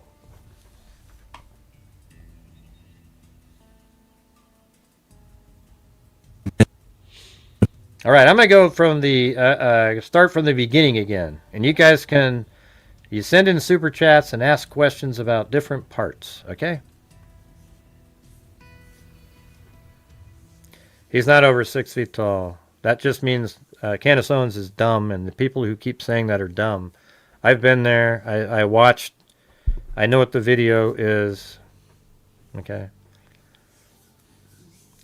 Thank you, Honey Bee Fly. All right. Right, so I'm going to go use the restroom, and then when I come back, we're going to do the whole thing again, and I'll probably do this 10 more times in the next month or so. I think it's so important, and who knows? I just might get lucky, and somebody that's here that really hasn't seen me go over this thing shows up, and it's incredible how it all makes sense and fits together. All right, but let me use the restroom, and I guess I'll be back in a minute. You can listen to that cool jazz music. Yeah, the height thing is all debunked crap. They're using this thin, I'll show you. I've been in there. I have my camera in all the locations where the cameras are, etc. Shit.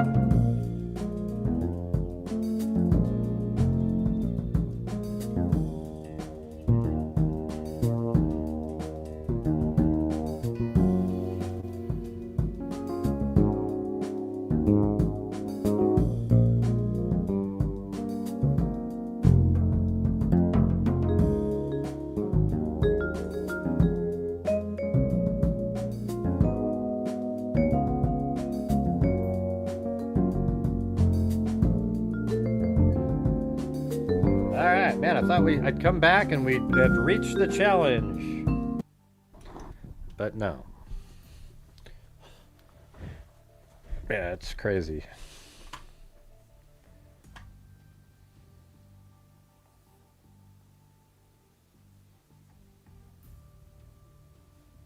We need 6 more. Or is it 7 still? Yeah, ooh la la. You don't remember that one? I don't. I think that's better. All right. So look at all the stuff that I've got set up in here. I mean, there's tons of pins all over the place. I mean, hell, even the Dairy Queen over there. I went to the Dairy Queen when I was there. But everything was just right inside this area right here. I remember I originally thought that he parked over here. I was pretty close though, right there. I mean, it's not far away. I remember having, I was right over there. I went back and watched one of those original. I thought he was over here.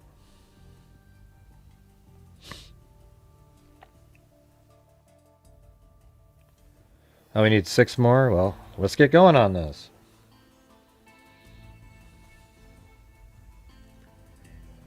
All right, so we know that, according to Twigs, and it's kind of obvious, that Tyler Robinson left his hometown of St. George probably, I would say, 2 to 2:30, maybe 3 in the morning, something like that. It's probably more like 2:30 or so. And he took off and he drove all the way to Orem, Utah, because 2 weeks prior to that, there was a notification that Charlie Kirk would be speaking, doing his event at, what's it called? Utah Valley University. Hey, thanks, Honeybee Fly. And so he...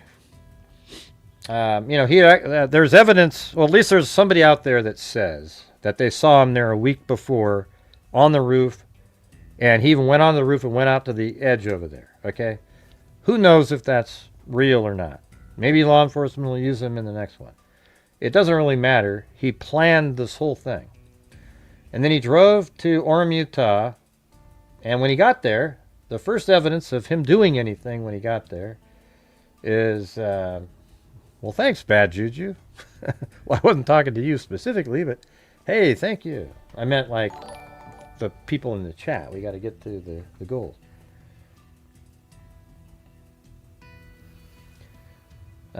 So he drives by. The first time we see him on campus, and it's not because law enforcement gave this to people. It's because people out there were able to... find information from different people that had, they sent it to TMZ. I went out there and I talked to the owner of this house. I actually walked up to it and he invited me in and he gave me the full surveillance footage of the vehicle and Tyler Robinson. And I didn't even have a thumb drive with me. I just went to the house and he gave me a thumb drive. I mean, it was crazy. The guy was like the nicest person you've ever seen. And so he took me, he gave me that. So I was able to get from that video. Here you go. This is how it starts off. This is the first known video of Tyler Robinson that we have. Now, law enforcement likely has other video from various times showing him driving down the highway and everything showing up here. So if you look right there, it's 8:23. I guess I could have... Does it stop right there? I think I stopped playing it. So 8:23 and 3 seconds.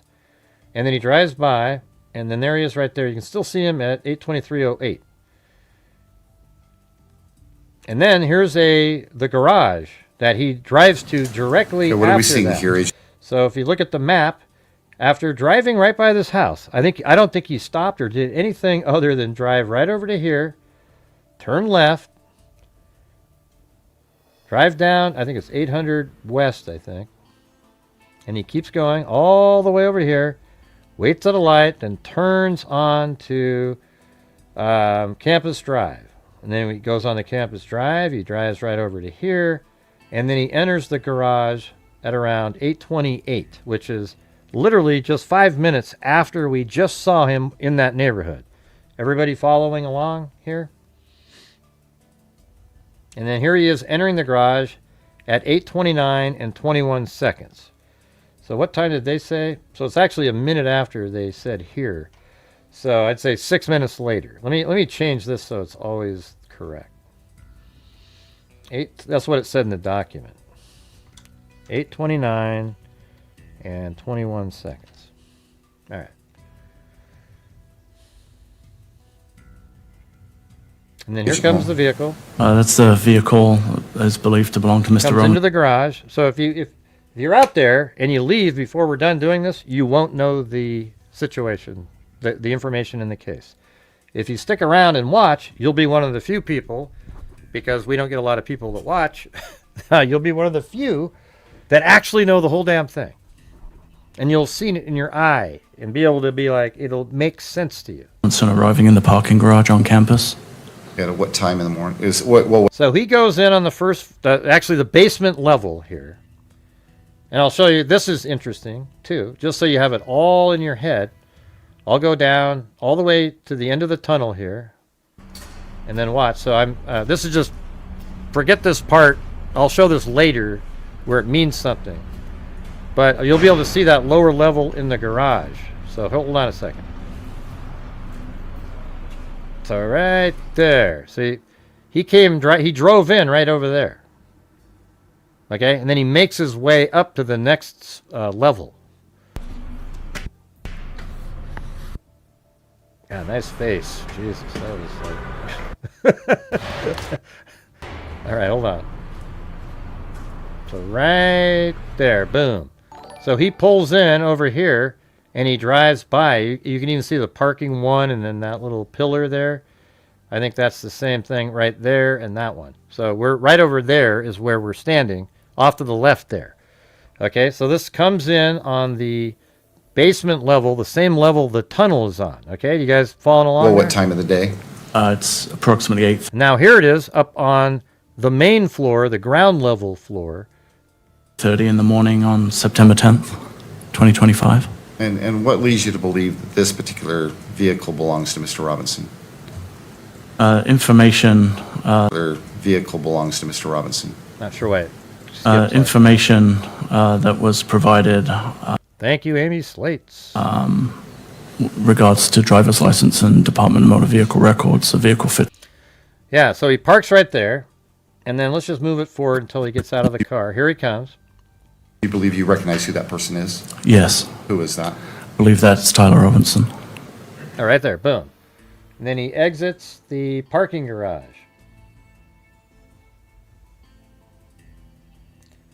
And hold on a second. So I make sure I have the particular... Yeah. So after he goes into the parking garage, he walks over to the the place where Charlie Kirk gives his presentation, or his, does his event, right? And then he talks to some Turning Point USA people over there, if you can believe that. And then he walks all the way back. So what he did was he exited. When you see him turn right there, he comes out of here and he walks all the way down there. And I don't know if he walked up here and walked across, because you can do that easily. See, like he walks down here, he just veers up here, comes around. Now you're basically on the roof of this building. You come over there and you walk over into this area, and I think you can go into the building and go down, but I think there might be a way, if I remember. Maybe not. Let's see. Yeah, it doesn't look like there's like a direct way down. So he probably came up again, walked by up here, went around, and then he went down to the area where Charlie Kirk was giving his speech, talked to some Turning Point USA people, and then apparently he then headed back to his vehicle. Now on the way back, he enters the garage right there because he's now on the second floor. See that? It's up higher than the ground level. He's on the second floor, and then that's what we get right now. All right, and where does he go from there? Here he is coming back. He heads out So basically, he walked down the center, just like when he left his car, when he parked. He's just a floor up now. He's walking towards the stairs. of the parking garage on foot into the campus, and actually goes to the quad area of the campus. At that time, he makes contact with some representatives from TPUSA. By quad area. Sorry, the And see, now he's heading back on the first floor, back amphitheater to is his vehicle that'll be parked on the left there. So I can just speed it through this. We don't need to watch the whole thing. And then here he is pulling out. What do we see now? that's the vehicle exiting with Mr. Robinson driving the vehicle. And then he leaves here at 9. Let's get the exact time here. So 9:33:13. So let me go back to Google Earth, go up here and see they're up by a minute on that. 9:33:13. 9:33:13 is when he exits.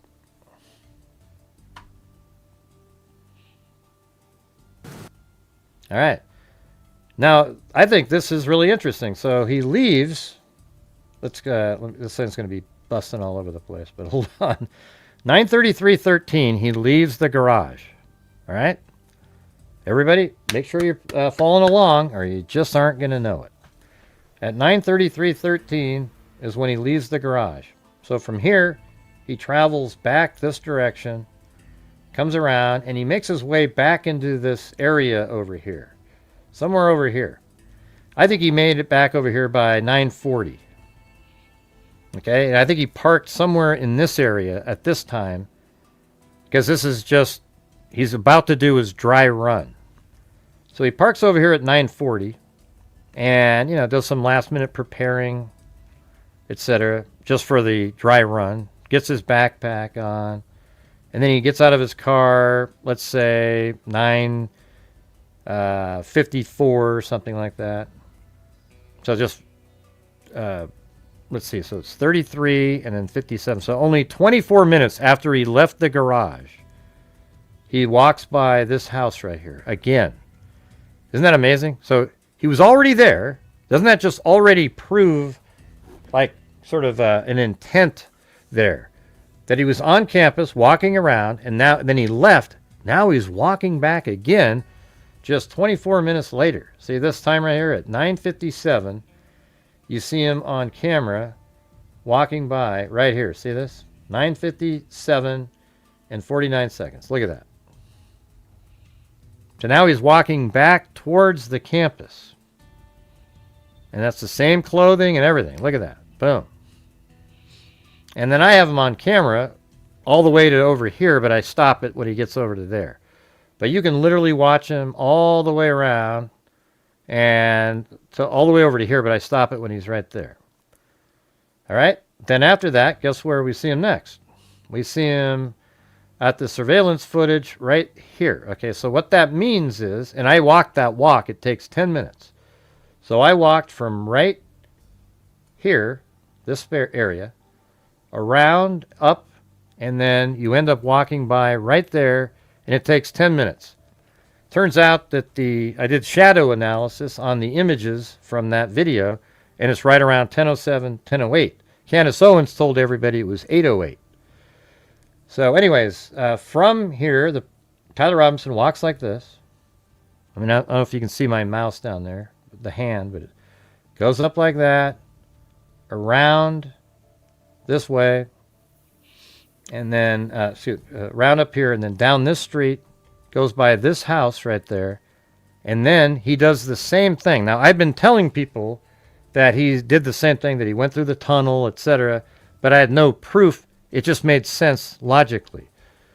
Okay, because even when you watch this video right here, watch right at the end.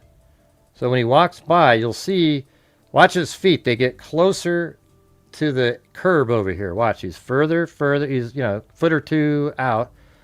Now watch this. He goes over here, and then watch over here. He's right on it. Right there. Boom.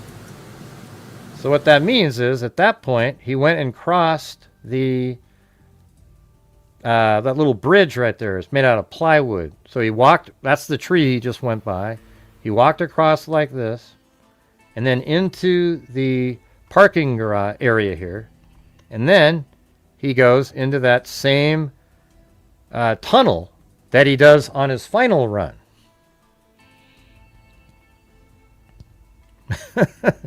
Well, thanks, Marty. Appreciate it. And thanks for your generous coffees, too. I appreciate that. So here's the tunnel, and guess what? That's the next shot after this. Watch. So he turns, goes onto the grass, goes over that bridge, and then Now here what he we is. see. This is Mr. Robinson. And this is what proved that my theory was correct the whole time, because now he walks down here at 10:09 and 27 seconds.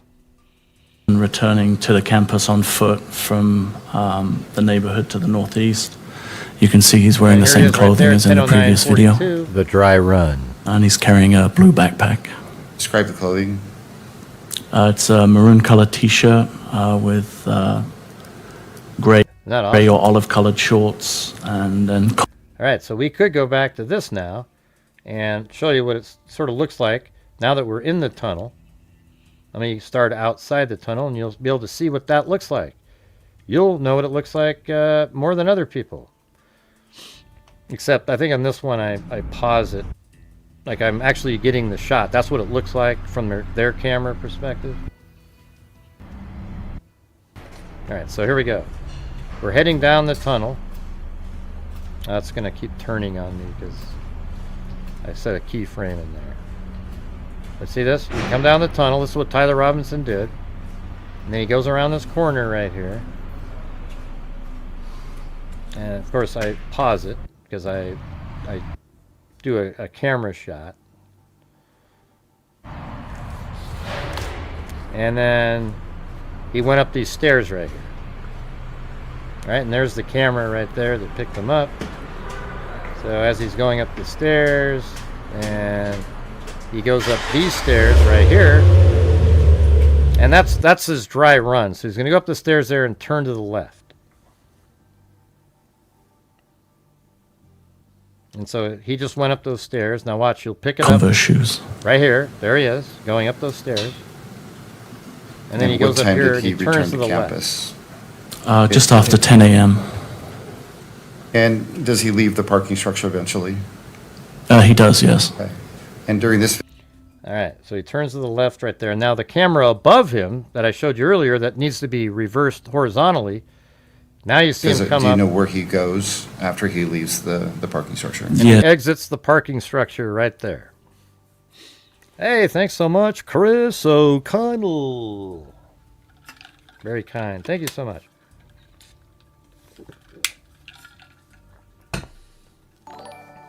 Yeah, Canisones is an idiot. There are people that had maroon shirts on, but a lot of people wear maroon shirts. Yes, we're All right. So that's, you know, when this happens and he leaves the garage here, that's the last time he's seen. Here, let me go to this one, I think. Is it 20? All right, wait, 51 I think is better. Hold on. Yeah, so let me just load this in. This will be a better way to see what I was just showing you. So we're still on the dry run though. Okay, so we'll start up on here when we get to the final run. So on the dry run, he goes out he leaves the parking garage right here, as we just saw. Then he walks over here. He comes around, and I think he went through and did this whole thing here. And then he went over to the Chick-fil-A right here. And he ate his food. He went to a Chick-fil-A that's inside this building right here. And then after eating that, he walked from there to the wooded area over here. And he left his backpack in there, because later on, he's seen on campus without his backpack. Excuse me. And he's in this building right here. And he walks across this little bridge here. Then he comes out onto there and he stops right here at this fence and just kind of looks out over there. They see him on camera do that. Then from there, he exits campus just before 11 o'clock. Now, how did he get that backpack? Was that practice? And then he goes over here and he figures out a way to go get it, knowing that he's going to leave the gun and the towel in there? Or is that just, who knows why he did that? And the reason that he didn't put the gun back in his pants is because he left a screwdriver on the roof and had no ability to take it back apart to put it back in his pants. So think about it like this. What time is it right now? About right around 11. And then from there, he would make it back to his car. That would be over here, easily by 11:07 or 8 or something, right? But currently, the car is not parked over here. And at 11:10, it's not parked there. But it could have been parked there at 11:11. Could have been parked there at 11:12, 13:40. But then, all of a sudden, at 11:18 and 11:28, the vehicle is parked right there. His Dodge Challenger is parked right there. And again, here are some of those shots. This one is at 11:18. There it is. Then you have this one at 11:26. Yeah, 11:26 right there. Same exact car and location. And then this one is actually from 11:10, and the car isn't there. So it matches perfectly with him doing the dry run, going to get his backpack, and then eventually getting back to his car, and then moving it over here before 11:18. All right? And see right there, there's a closer-up shot. It's not there. And then I bought a 2013 Dodge Challenger model and then did a side-by-side. Look how incredibly similar. See the molding? Absolutely there. This is the Dodge Challenger of Tyler Robinson right here. I think the odds of this not being his are very low. There's almost no way that this vehicle right here isn't Tyler Robinson's.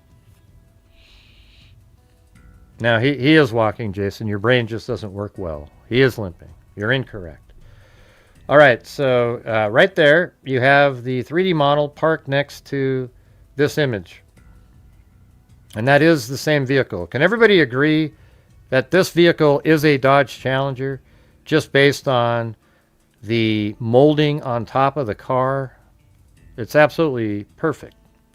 I mean, if it's not, it's the worst luck in the world that we would stumble upon that, and it's not it. Now, this part up here is not the extension of the car. The car ends right there. This is just part of the tree.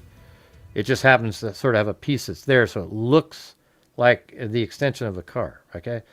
So I think that absolutely is it. So think about it like this then. So 11:26 is the last time that that we see it on the aerial footage, because the plane didn't keep flying around. So 11:26 is still sitting there. So he's likely sitting in that car when we're looking at that. And then he's getting ready. He's got his dark shirt on top of the maroon shirt. I think he's probably got the maroon shirt underneath that one. And then he's got the backpack on. He took some time to put the gun in his pants. He probably did that outside the car with the door open. He could see if anybody was coming. And the timing's great. 11:18, people are usually at work and they're not at lunch. So it's also good timing for that. That might just be luck, though. And then he probably got out of the car at like 11:39. 13 minutes after it was seen on camera. He gets out and he walks this direction. And then he crosses the street. And he walks down this sidewalk. And then we see him walking right here in front of the sawtooth fence. And so let's go back to this. I'm going to go to number 51 here. So this is Tyler Robinson's final run here. Okay, let's watch this. So here he is walking down the street. And look right there. There's the sawtooth fence coming up. Just keep your eye on that. Now look at that. There's the fence he's walking by. And then here's the sawtooth fence.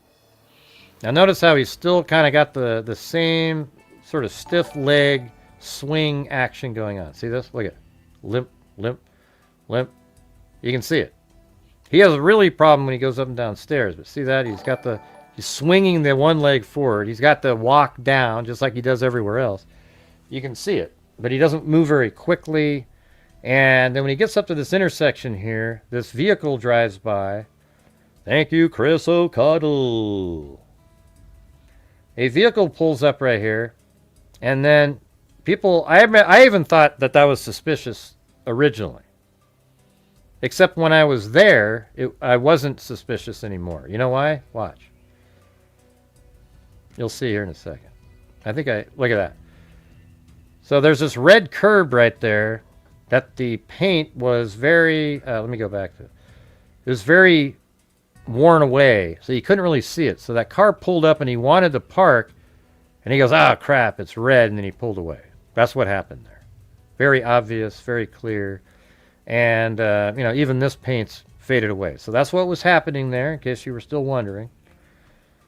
And so he's right over here, and then he's going to go through that intersection. Now you pick it up from my video that I had. I had a 360-degree camera, so I could kind of look wherever the hell I wanted to look. And you're just walking along the street here. Now, I don't know if on this one, if I put a time stamp on it or not. I think I did, actually. Hold on. Let me turn that back on. There it is. All right. There it is. So it's 11:47 right now. That just was pure luck that it was on the 11:47 flat. Okay, but here it goes. You're just walking down the street. I can speed it up. So here we go. And then on the next street, turn left. And this is the street that has the TMZ camera and that other house at the end of the street. And then right over here is where Tyler Robinson comes running out at the end.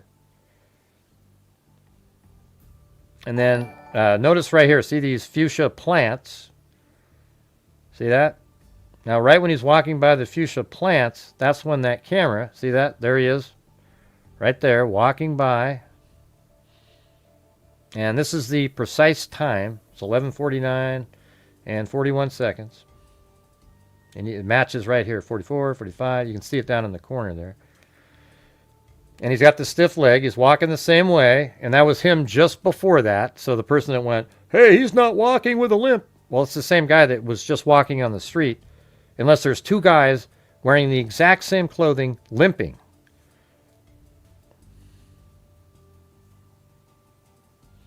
All right, so then this is, I think it was Keeler sent me.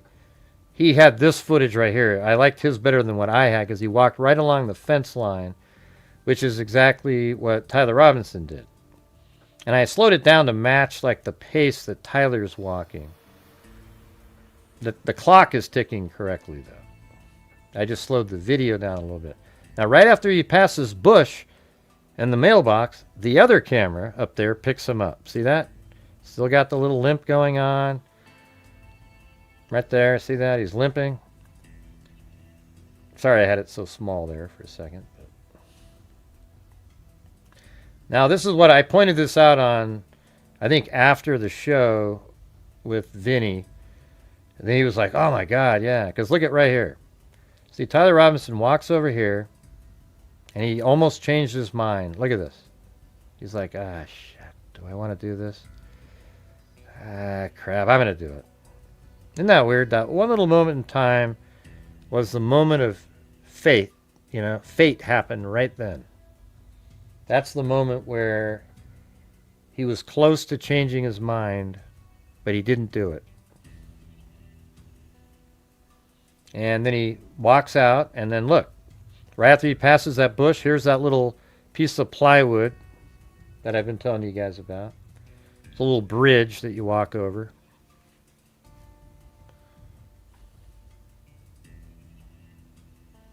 See that?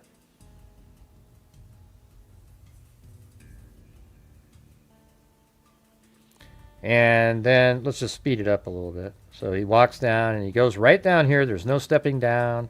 Goes into the parking area here and then makes his way right to the top of the tunnel. Now this is the new footage that they have in here. I'm just showing you where he's standing. Plus I had to waste, I was off by like 4 seconds walking there. So then there he is. He stands up there. And they actually skip it forward about a minute or so here. So it's 11:53. And then I sped up the clock to match what they did. I made it still like this. And then boom, 11:54:36 is when I think he might have even turned his phone off right there. He checked some last things and then turned his phone off. I wouldn't be surprised at all if they have his phone is off while he's on campus on the final run. If he didn't do that, he's even the biggest dunce that you've ever heard of. I mean, so there he is walking right there. And this little line here, see, the reason they say he's over 6 feet is because he looks so tall. He's on the picture. Plus, the version they put out was really narrow. All right? It was really narrow, but this one, I widened it out the way it's supposed to be.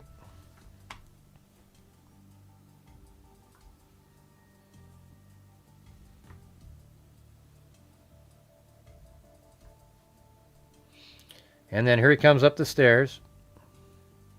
And you'll see that he'll turn left at the top of the stairs again. But look how hard, he really has a hard time going upstairs. It's like that right leg he can't bend it up. That means I think that what this means is I think the gun is down the back of his leg up into his upper torso. Or I guess it could be in the front, though. You know, I know it's weird. You can't really. It's hard to see it up in the front, but maybe it is in the front, or the side, or whatever the hell he's doing. But I don't really care. All you can tell is that it's in his leg there. You see that? And we saw the Matt Kester video online that shows exactly how you do it. So there it is. And I said I corrected the erroneously flipped horizontal. So he goes up and he turns left to go out. All right. And so this is from like his point of view. This is what it would look like. Watch. Comes out. And now I have this slowed down to how long it took him from there to get to the Losi Center building. So this is how slow it is. I mean, it took him like 6 minutes to get there. Now, it could mean that he's still walking slow, but maybe he stopped somewhere for a minute. You know, don't really know. But this is the pace that it would take. You know, he's walking. So eventually, you know, it's still like I have him moving really slow. And maybe that is how fast it is.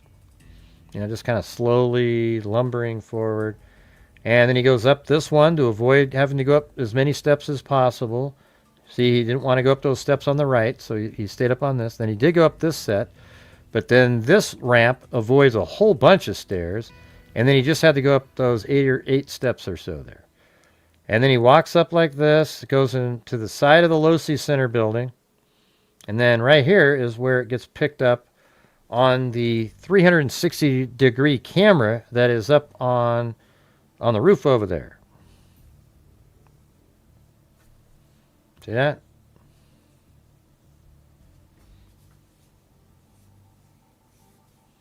And then there he is walking. And I made a video that looked just like this before this was even released.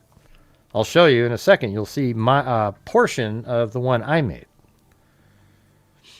So there he is walking. Now look how fast this person can just pass him. They cut across. Look at that. They're going like almost like, I don't know, almost double his speed.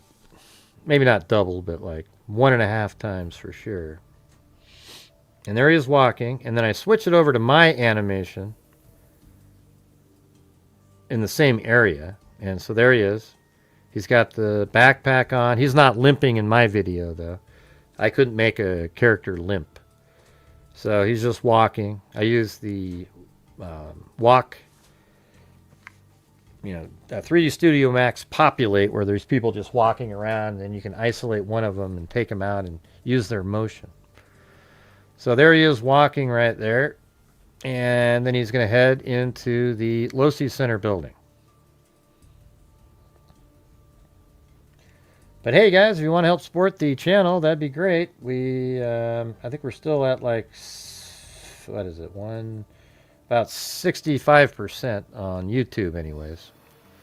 So if you guys have the ability to, that would be awesome. You know, 1 or 2 challenges would probably get it. Well, if anybody would do the challenges. So then you go inside the door there at the Losi Center building. And then, like I said before, I think that during this time that I'm just clocking away, I think that after he walked around the front and went into the Losi Center building right there, that he then went outside, walked around, and walked right over to here, and then just waited and watched and listened to the stage over there, because as you can see, if you zoom right through there, that's actually where Charlie Kirk was sitting. So you could see that pin even when he's way back here.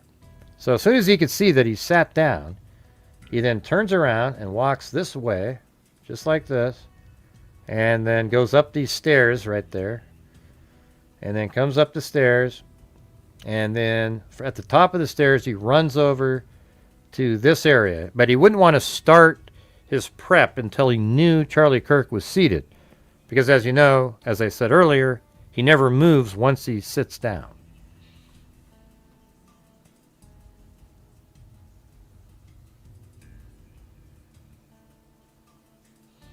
All right, so back to this. So this is just clock away. Maybe I'll move it forward. All right, and this is about when it like picks up again here in a second.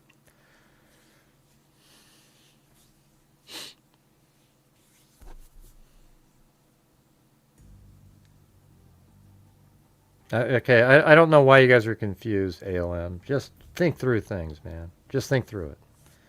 I don't know how... This case is so simple. I don't even understand anybody being confused. So look at it. Here's the stairs right here. This is how simple it was to get up here.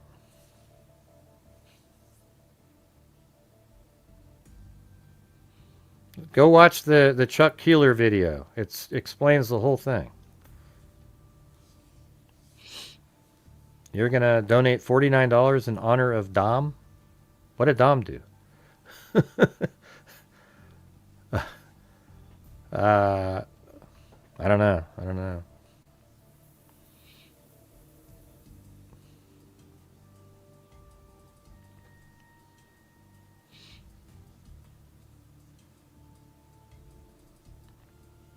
And look, I think he comes up right there. There he is. See? And the time is 11:15:31, and he's going to be making his way. You can sort of see the pixels shifting over here, and then once he gets over here, you can see him better. Right there. See that? And then you can see that he makes his way all the way over to the end here. Right there. Right, and then they're going to fast forward it. It's 17 and 8 seconds. 9, 10, 11, 12. So 12, 17, 13, 15 seconds. And then it'll switch pretty soon. Hey.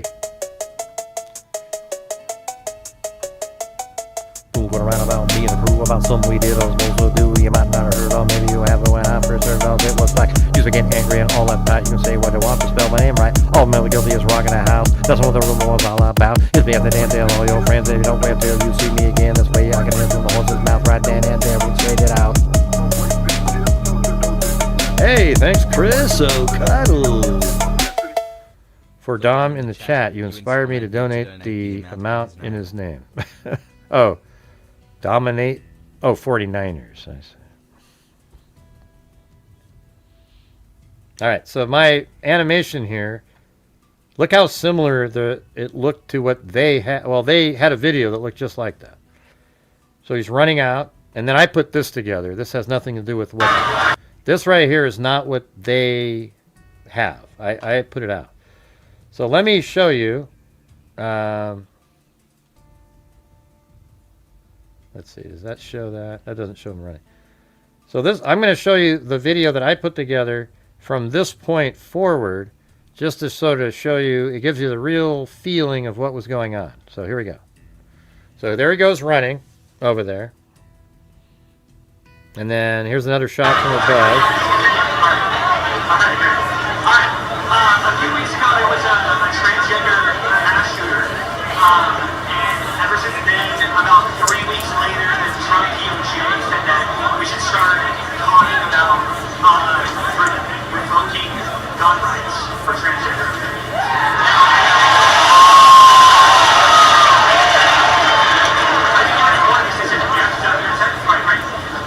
So, do you know how many transgender Americans have been mass shooters over the last 10 years? Too many.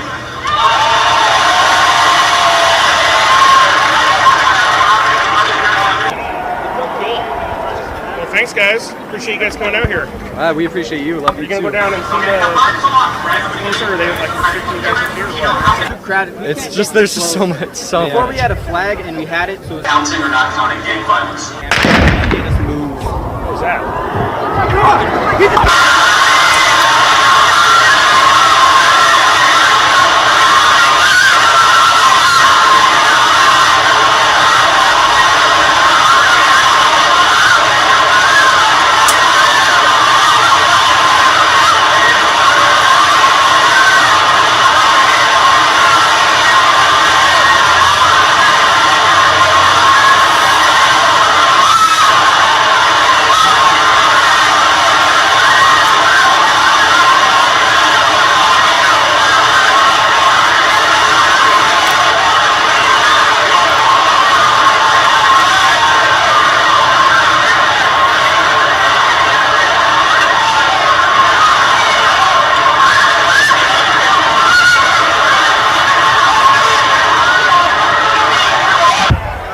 We are here live at Utah Valley State University. There's been a shooting at the Charlie Kirk event, the TPUSA event. There has been a He's right there in less than just a little over a minute. He's right there from the shooting. Like a minute. Look at that. So 28. So a minute and 7 seconds. He's almost all the way across the street. That's crazy. shooting. Everybody's evacuating. Isn't that wild, you guys? So there it is. That's that whole thing there. But then, so he goes across into the woods there. And then he put the rifle wrapped in a towel in the woods. Now, what do you guys think? Do you think that he didn't put the rifle in his pants because the screwdriver was left on the roof, that he needed to take the rifle apart to put in his pants? Or, given the fact that he left the backpack there earlier, was that just practice to see if he could leave it at the, quote, drop point that he seemed to have something, he used that name earlier. But he left it at the drop point. All right. So he leaves the rifle and the towel in there. Then he gets up and he runs this direction. And then I think he went up along this fence line here and then somehow cut across, and he made his way up this bank here that's got these, ivy in it or something. And then he made it over here by the ROTC building, and he went down this little dirt path. I actually went down that path. And I walked all the way to right here when I was there. And so he continued around, and that one surveillance shot, you see him moving through here. And then another part of that same shot, you see him running out like this. Okay, so let's say he was in the woods till, so look how perfect this is. Let's say he was in the woods until, he got in the woods at 12:24:30 probably. So let's say he was in there for 4 minutes or so. Then he leaves the woods at 12:28:30 or so. Then he's probably over in this area by 12:31-ish, because it takes a bit to get there. And then from here, he goes this direction. And then let's just say 9 minutes later. Witness saying Tyler was at a steakhouse at 9:47 p.m. Hold water if Candace has a credit card receipt. No, she's never going to have a credit card receipt. She's full of shit. Okay. Hey, let me just tell you something. I appreciate it, the super chat there, Frozen Hell, but Candace Owens is there. Nothing she is telling you has any validity at all. She is a liar and she has made millions of dollars on the death of Charlie Kirk. Millions. That's what she's doing. She keeps selling stuff to the base that watches her, and you're one of those people. But that's okay. All right. So anyways, to get back to where I was doing, it was 12:31 right over here. It went this direction, and then down here, and gets back to the car probably, let's say it got back to the car at 12:38, let's just say. Let's say it was a little quicker to get there. 12:38. Then he gets in the car, sort of does what he's got to do, adjust things in the vehicle, whatever. And then from there, it takes 5 minutes to drive to this mall over here, which is right there. So from right here to get to this mall, it's 5 minutes. And guess what? He gets right there at 12:44:50. Perfect timing. Right there. Parked right there. And then at 12:46, he checks to see how to get to the Quick Quack car wash. And then he pulls out of there at 12:46 in like 30 seconds. And then he drives down the road to the Quick Quack car wash, which is right there. But what's amazing is while he's sitting there on camera, from the camera that's at this mall here, that's when he does that search. And they know that. That's what's incredible. I think that his phone was on, and that's how they located this place to go find the surveillance, because his phone showed him in that particular location right there. You see that? And then, let's see.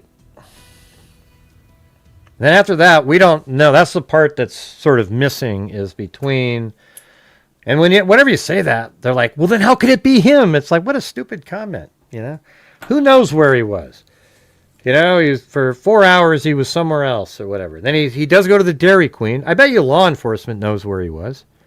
He's on his cell phone. It probably pings all over the place, And apparently at 4:33, as KM pointed out earlier, he's talking. He makes one text message to Twigs, but doesn't mention anything because he wasn't going to mention anything.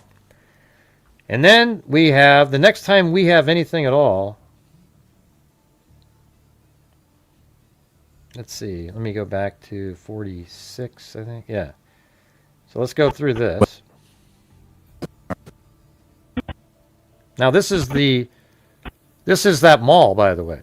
All right, so let's just watch this. So there he is, the same damn car, pulls in, and while it's parked there, look what time it is. 12:45, 12. At 12:46, he searches how to get to Quick Quack. All right, so then eventually he drives away right there. See that? He takes off. I think I got to zoom in to go slower. All right, let's see. Right there. That's this car over there. This one. He's driving away. And he goes to the Quick Quack car wash. And then here he is at Dairy Queen at some point. We don't know the precise time of that. They have video of him, though. And then the next thing we know about is at 11 o'clock at night, Tyler Robinson had an automatic text sent to Twigs that said, hey, check under your keyboard, And then that's the message that said, I had the opportunity to take out Charlie Kirk, and I took it. And then at 12:36 in the evening, he's now back on campus, the area on campus on, let's see, he's about to turn on the campus drive, all right? So let's see if I can get that spot here. Yeah, it's right here. So he's on, I think it's 800 West, right here, and he's about to turn, but he doesn't turn because he probably sees lights of the cop cars down there. He thought at that time of night, shit, they've got to be gone by now. But turns out they weren't. See now. This is the intersection of Campus Drive and 800 South. So then here he goes. I'll just play it. And on the screen, where is that vehicle that you're referring to located, if you broke it into quadrants? It's on the left side, on the upper side, the upper quadrant. I know, I got to keep recording this, even if they're back from... Yeah. So look at it. Instead of turning, he went straight. And what time is this? 12:36:39. So 12:36:39. Then we go up here to Google Earth. And then we know that they have him parking his car right here at 12:47. So literally just 11 minutes after that, he parks his car facing that direction. So I guess if you look at what he was doing, you know, he goes through this intersection instead. So it could be that right then he just went down here and maybe he sort of hung out here for a while. I don't know, but he drove down like this. 11 minutes later, he's parked right there. It definitely doesn't take 11 minutes to drive that far, so he must have done something else, you know, waited somewhere for 5 or 6, 7 minutes somewhere. And then he's right there. Right? And then that footage is coming up next. Right there. See, there I it is. just wanted to see if there was. I just wanted to see if there was sound or not. Okay. All right. Let me play the video. Right. And then here it comes. And this is his Dodge Challenger. And it parks right there. Across the street from this camera.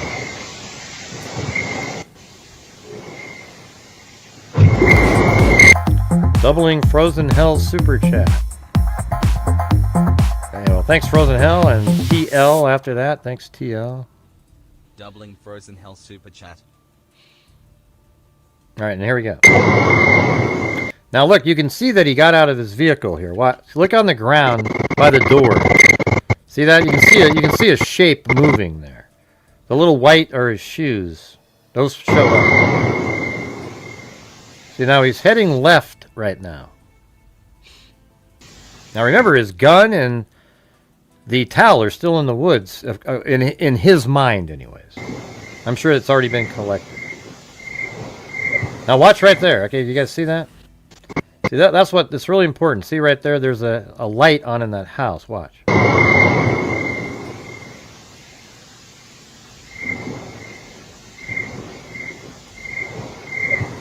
Right there, boom, he walked right in front of it. You know what's interesting is, didn't we hear somewhere in the messages or something that the crickets were really loud? Well, shit, you can hear them right there. Yeah, so he walked that direction. So you know what that means? It's really interesting, you guys, so hopefully you're paying attention. That's the house right there that had the camera on it. He was parked right there, and then he walks, you know, so if you're looking at it like that, he walked this way, which is east. Well, guess what that means? That means he was heading to go get his rifle. Because this direction, you just walk right along this fence line, and it brings you right down into where the rifle is. You see that? And I was there. I walked up that fence line. I have it on video. And then I stopped about right here. Okay, so the gun and the towel are in the wooded area, somewhere in this wooded area.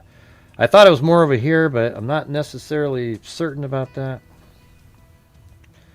But look how close that was. I mean, from where he got out of the car, and we see the light, he is, let's just say, right there. How far is that? That's 75 yards away. Very short distance. Isn't that crazy right there? Okay, but it doesn't end there. So Tyler Robinson then heads back to his car. And you'll see another light go the other direction. A shadow going the other direction. So that was the first one. Now watch. Right there. Oh yeah, I saw him walk back. I saw him. See, he went from the left-hand side to the right. He's going a little quicker. By the same window. He's going a lot quicker. Yeah, he hustled that time. Now he's at the driver's side door. Now there he goes. Back to the car. And that was him unlocking it. He's standing right there. That's that blob there. Oh man, that's crazy. Now he's back into the car again. Door's opening. That's crazy. It was right there. And then he gets in, then later he drives away. Okay, now there's no clock on this, but they know what time it is when they were presenting it. So here's the thing is he got there at 12:47. So all of that took place right there in like 45 minutes. You know, it was long. There was a lot of time there. And they have the whole video, not just that little bit.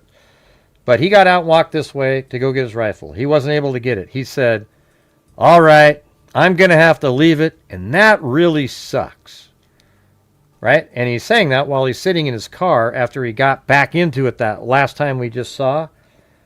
And then at 1:33 in the morning, he opens up his Google Maps and types in his own address, how to get back to his house from right where he's parked. And then at 1:35, he drives away. So again, he's captured on camera while he's doing a Google search. Don't you think that's amazing? It's incredible. And then keep in mind that the screwdriver that he left on the roof had Tyler Robinson's DNA on it and twigs. Now, I would imagine that that little tool table at their house had a screwdriver on it, and that's what Tyler Robinson grabbed and used that day. Twigs wasn't there. All right? Tyler Robinson was because his parents said, look, that looks like our kid. Twigs said, yeah, those last two photos look just like him. The other ones look like him, but I can't be sure. Right? They all saw him. Now you might go, well, Twigs, of course he'd say that if it was him. But why did his parents say, well, hey, that looks like Tyler Robinson. That looks like our child, right? But none of Tyler's parents said, you know what, that looks a hell of a lot like Twigs. But so somehow Twigs looks so much like their own kid that they literally called a friend or whatever to say, hey, it looks like I don't think it worked like that. I think he came home, they questioned him, then together they called the friend and so forth. But it's crazy the stuff that these people think out there. It's mind-boggling. All right. So let's see.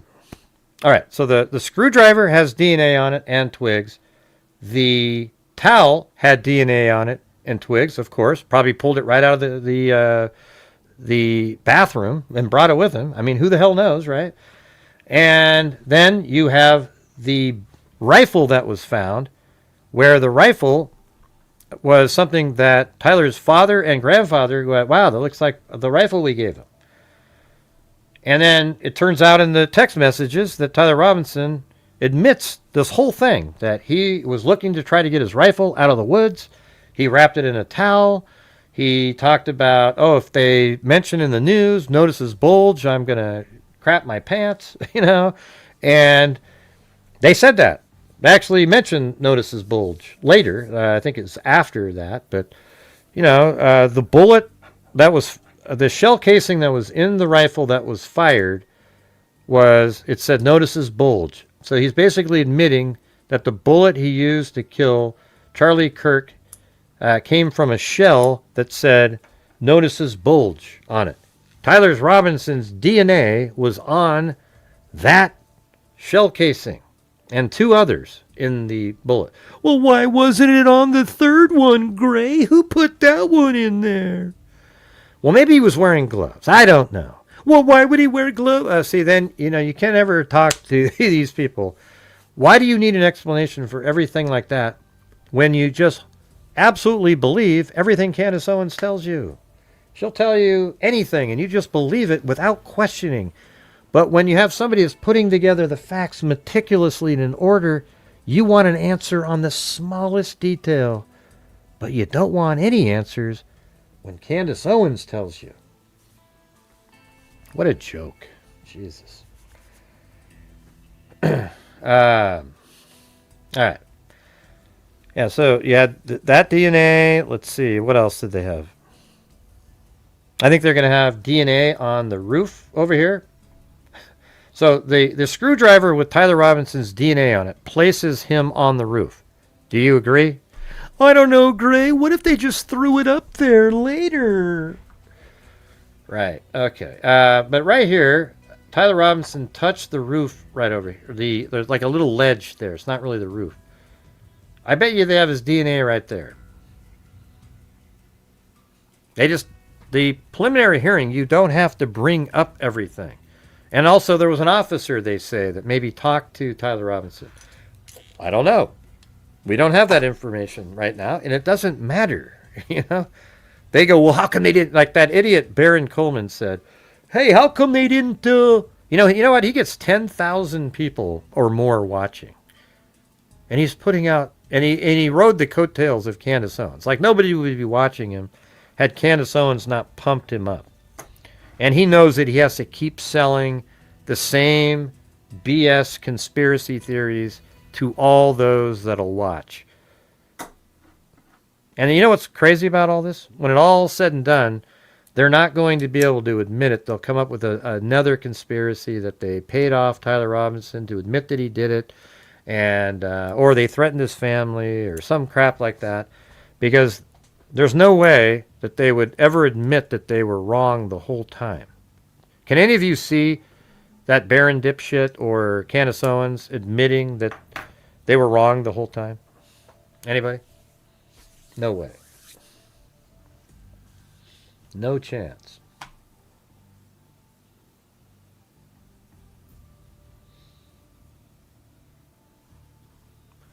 Well, we need about 10 more gifted memberships to make the... We could have a good night if we can reach the goal on YouTube. All right? Because we haven't reached the goal on YouTube in 3 days now. We've reached the goal because of other people supporting the channel behind this, like on, coffees or PayPal, etc. But if we can try to do it on YouTube, that'd be great.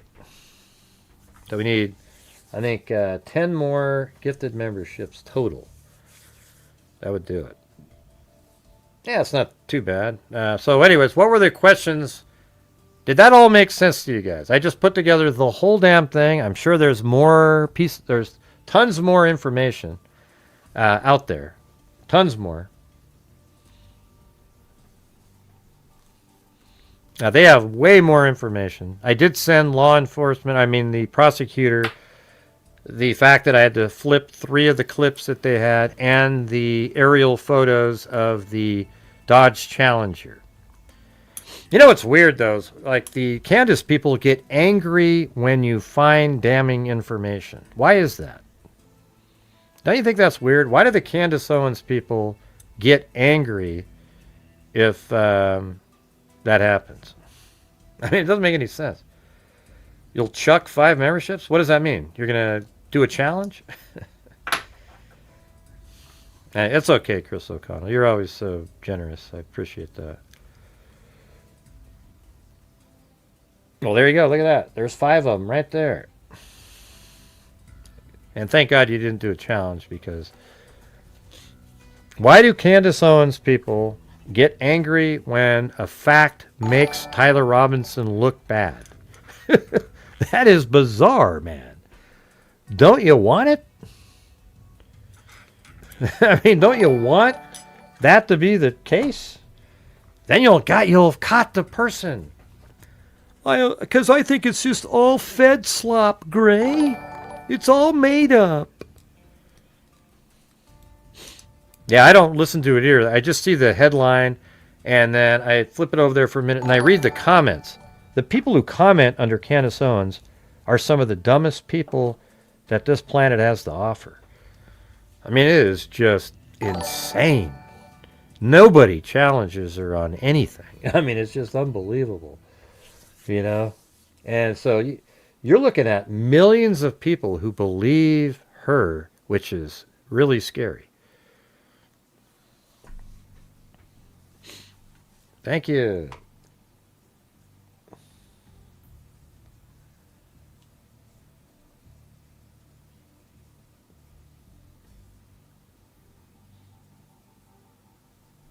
And thanks again, Marty. Wow, that's very kind of you there. Thank you.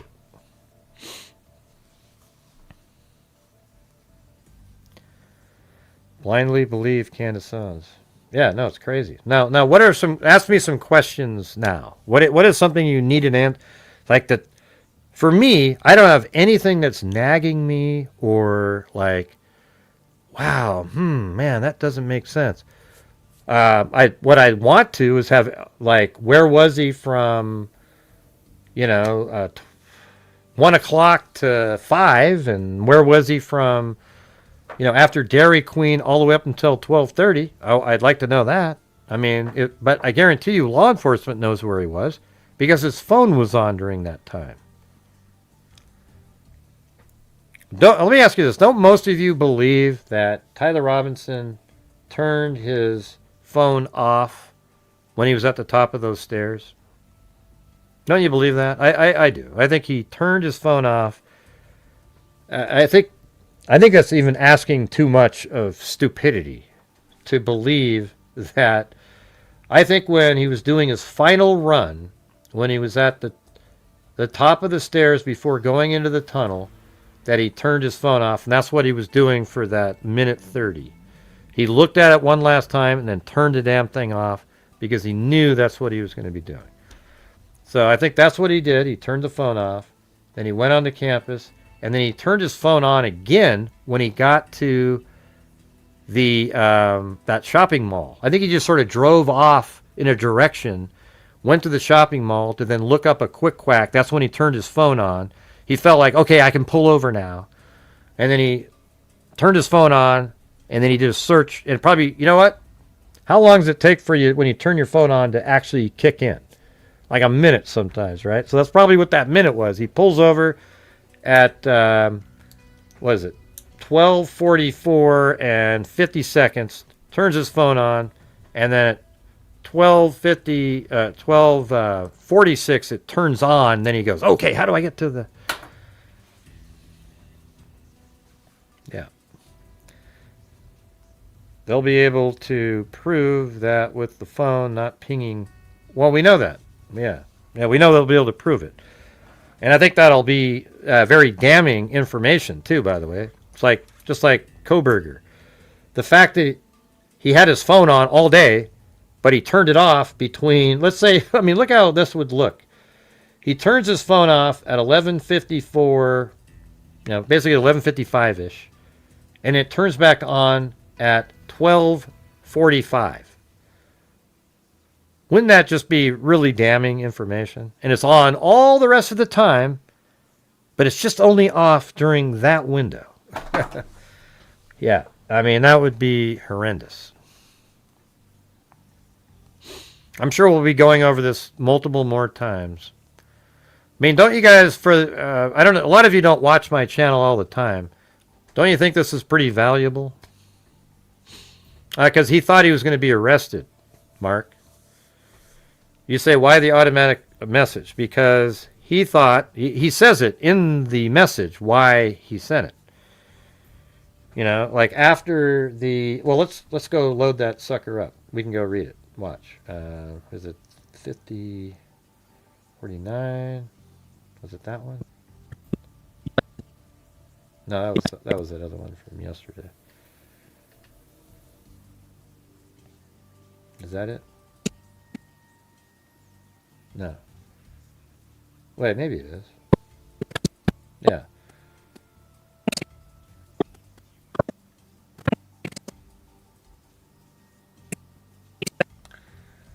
See, it says, stop what you're doing, look under my keyboard. What? You're joking, right? I wonder why they said, what, you're joking, right? That's kind of an interest. I hadn't thought of that before, but nothing was told to you yet. So why are you saying, you're joking, right?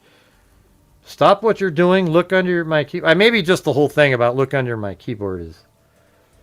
Oh, no, he's already read it. Never mind, sorry. Yeah, look under my keyboard, and he read it and said, what? You're joking, right? I had the opportunity to, so it's basically, drop what you're doing, look under my keyboard. I had the opportunity to take out Charlie Kirk, and I took it. What? You're joking, right?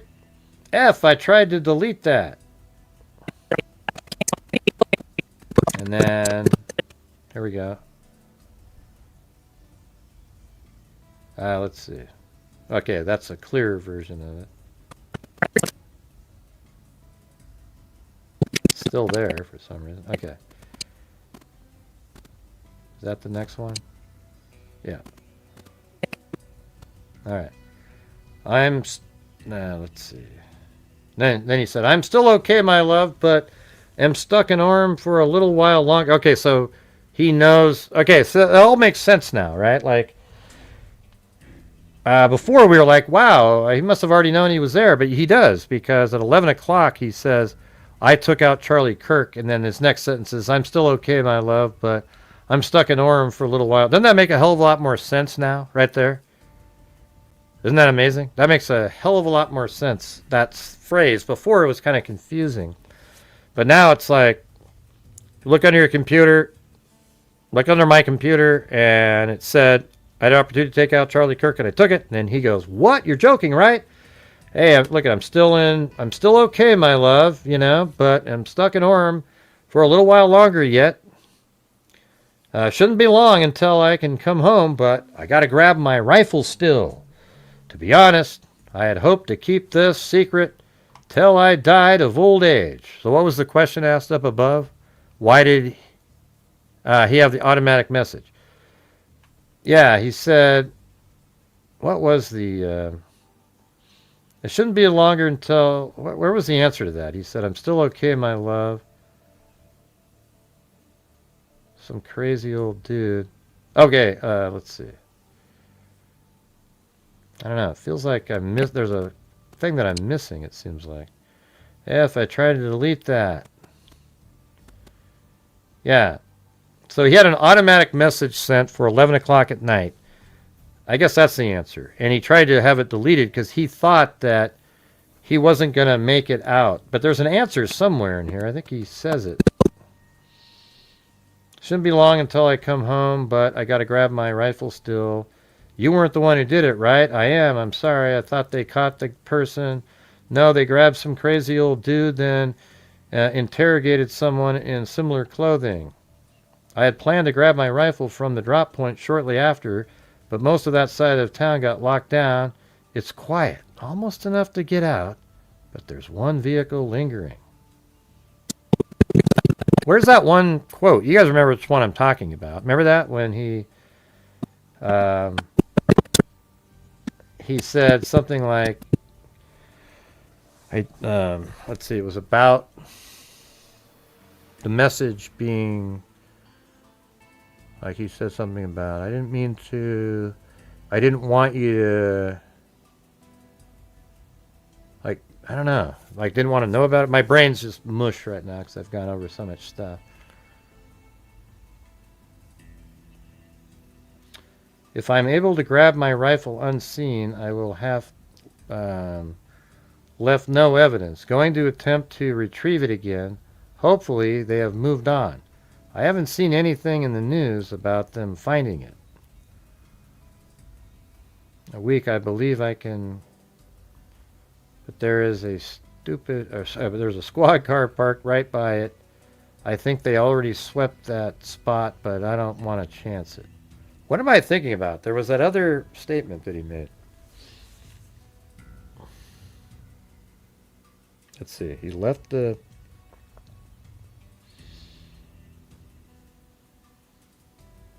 He just didn't want to... Well, you guys remember what I'm talking about? Like he... Yeah, it seems like it's in the note, but I don't know how far into the note it is. That's the thing.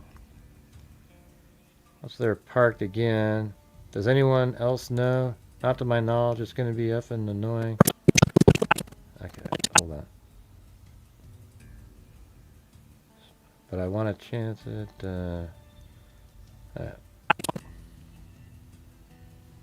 Wishing I had circled back and grabbed it as soon as I got to my vehicle because it sounds like the police couldn't get it for a long while. Needless to say, I'm gonna be late coming home, my bee. Just stay safe. B will or something. I'm worried about my old man. What he would have done if I didn't bring back Grandpa's rifle. See. What was in that part that I'm talking about? Oh, it was under the note. Okay. Yeah, I was wondering, what am I missing here? That's right. So it's in the note itself. Okay. That's right. So he actually explains why he left it there. That's right. That's right. Thanks for the help there. My brain is just that whole thing that I just did, just squashed it. Let's see. I think I have it in one of these days here.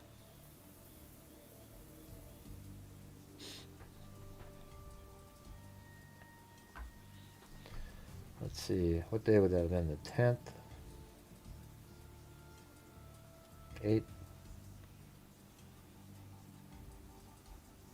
Oh, wait. That's right. Preliminary hearing is where I put that. There it is. That was on day, like, I don't know, 4 maybe? Yeah, there it is. Okay, so this is what he said. If you are reading this per my text, then I am so sorry. See, this is what he's saying, is he said an 11 o'clock text to be delivered. He said, I left the house this morning on a mission and said an auto text. He literally says it. I am likely dead or facing a lengthy prison sentence. I had the opportunity to take out Charlie Kirk, and I took it. I don't know if I will have succeeded, but I had hoped to make it home to you. So, like, this would have been, like, even if he'd been taken out by law enforcement, it would have sent the text at 11 o'clock at night, and let's say it didn't work. So he's literally saying, hey, I don't know if it worked or whatever, if I succeeded, etc. And so there it is. But I had hoped to make it home to you. So there's the answer to the question. And I knew that I'd seen this somewhere. I just didn't remember exactly where at that point. Yeah, he had a cold sweats about this one, you know? Cold sweats.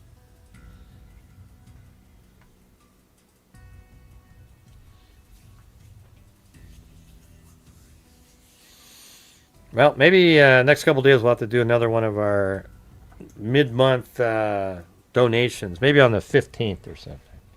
Try to get one in. All right, on the 15th. And we'll be at 1,000. Wringing his hands, yeah. So let's see, what do we need to make it to the YouTube goal? We need $25 total to reach the YouTube goal side. And then that way, like the other help that you guys did, that'll make up for a day earlier in the month where I think we did a third of the goal, and then yesterday was way behind it. And then also, it'll help with the donations.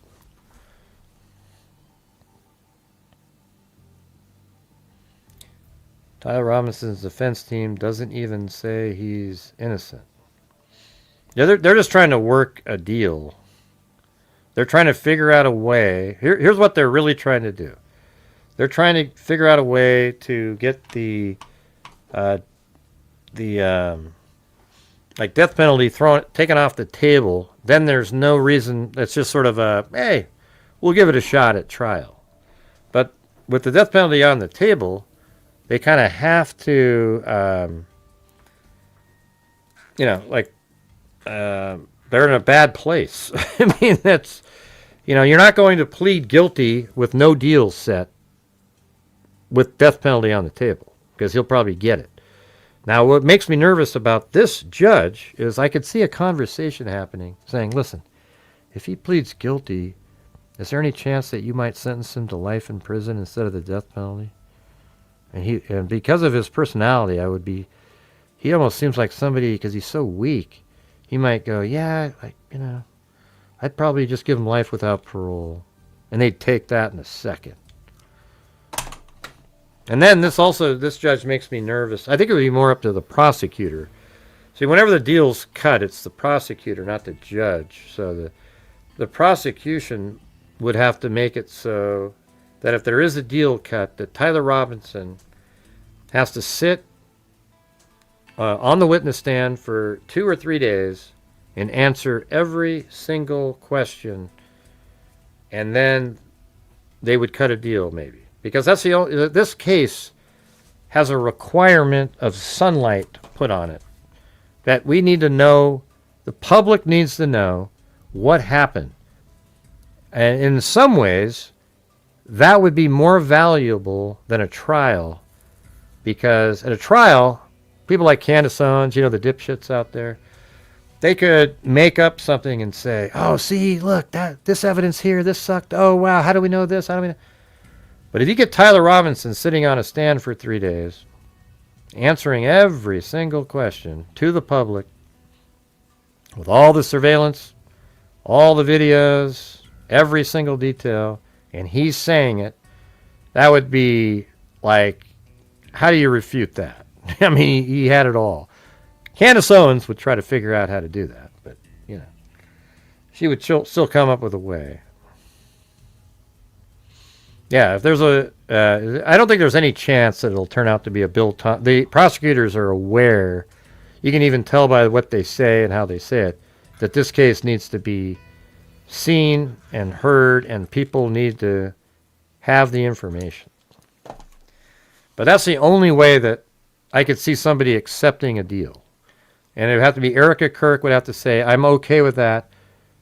Given the condition, if he sits up on stand for 3 days and allows everybody to ask questions, and you go over all the evidence with him sitting there and talking about it, and how he planned that part and this part and this part and this, and then I think that would be a legitimate way to do it and satisfy the public needing to know the truth about this case, because there ain't no Egyptian plane, I can tell you that.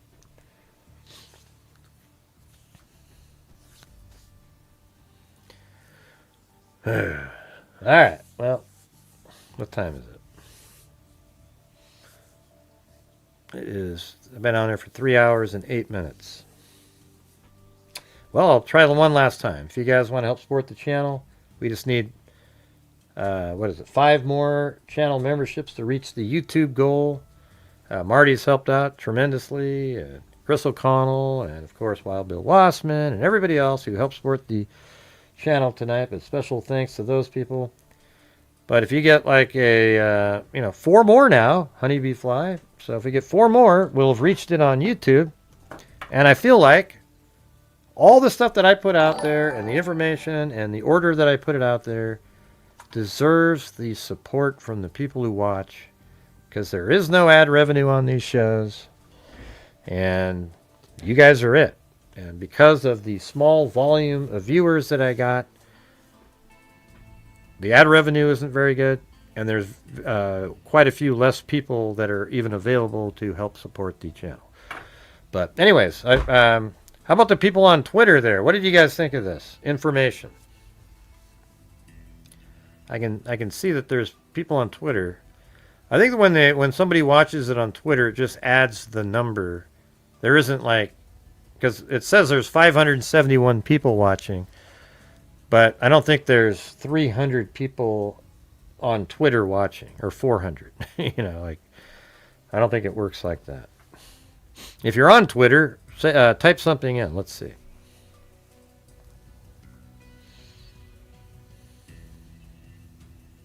No, I couldn't persuade 4 more of you to do the other channel memberships. Man. I guess I couldn't sell ice to an Eskimo, man. I really I can't do it.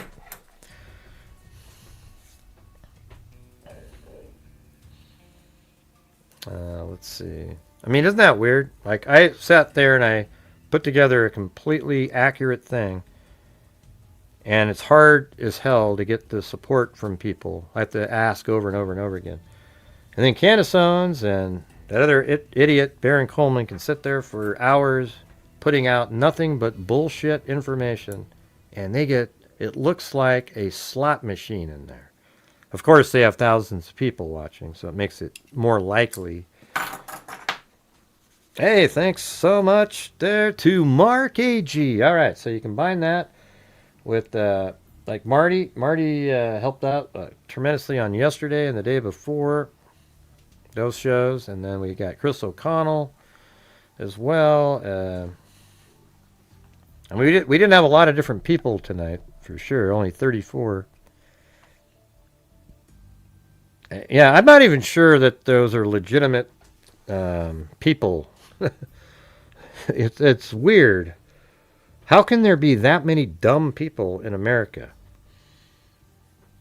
that watch that and believe it?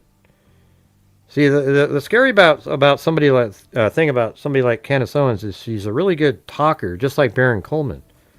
You know, they're good speakers, but they're lying to everybody. Every show is a lie, and they know it. That's the crazy part about it, is they know that they're lying. They're doing it because that's their audience now. They want the conspiracy. They want the intrigue. Oh, there's something else. And as I just went over the case, was there anything in there that you went, what about those Egyptians? It is so clear, you guys. Crystal clear case. Very simple. He's on camera all damn day, moving around. DNA all over the place. His phone's on all the time, except for maybe that final run. And it's just like, man, I don't even think of those things. Because why do you need to do it? Why does anybody need to think of those other things? It's crazy to me. Like, oh, hey, the Egyptian plane. What about Fort Huachuca? Who gives a crap about Fort Huachuca? What is Fort Huachuca? Who cares what Fort Huachuca is? It's irrelevant to the case. It's never been relevant. There's been never anything that's related to it. Tyler Robinson's walking around on campus. What about Fort Huachuca? And that one guy at Turning Point was there, you know, and who cares if he was there? See, the funny thing is why are people even spending time debunking that stuff? It's not even related to anything. That some guy at Turning Point was at Fort Huachuca. What does it have to do with Tyler Robinson walking around on campus, doing a dry run, has a rifle down his pants? Nothing. I don't hate him at all. I think Trump's been great, you know? Yeah. Sorry if that offends you, but I think he's been awesome. Let's see. Yeah, I don't like everything he says or how he talks and stuff like that, but yeah, I think he's been great. You probably like Joe Biden, who wasn't even awake. Let's see. What do we got here? Oh, yeah.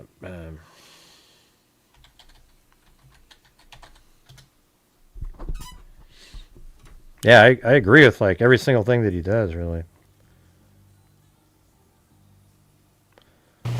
We solved it. All right, so here's the thing. This is Matt Kester here, right? So this is the thing with the rifle and the pants. Look, he's got a 30-06 in his pants right here. All right, so if you haven't seen it, look at it. That's exactly how you walk. It's the same thing. All right, now try. Isn't that crazy? And that's him trying to go up the stairs with it. It's hard. That's why you got to avoid the stairs. And facing our clothing, being a scope ring, you would have to use up aficionado. Here, let's see. Did they put it in there? Let's see. Yeah, right there. See that? That's half of it. Essentially, I believe now with 90-something% certainty that the stock was carried this way. That makes sense. And the barrel that makes sense. Was carried on the side. Now, whether or not the scope came off or not, that's an item for debate, and we can talk about the ramifications of that later. But I think with certainty or fair... You know what's weird is you couldn't even tell that, like, later on that's like that at all, right? Let's see. Look at that. That's underneath that shirt. You can't even tell. All right, now walk towards me. Or walk that way. Huh. That's awesome. Yeah. So anyways, that guy, he proved a lot of different things. And also he did a thing where he was running far away from the camera with a towel and a gun. And you can't make out the barrel because it's so small, but you can make out the bigger portion of it. So yeah, he did some good videos in there. He came on my show one time too. Thank you, Matt Lamb. Appreciate it. All right, so thanks to what do we got? I think we had Sandy Shirley and also to Bobby on the PayPal, and then we did have a Cash App from Amy Slates. Thank you for that. And then we had coffees, a bunch of different coffees from Marty's Bar and Grill, everybody. So thank you for those. He's been incredibly generous back there, so thank you so much.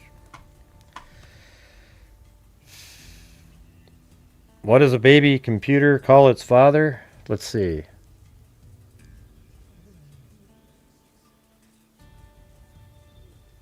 I don't know. What?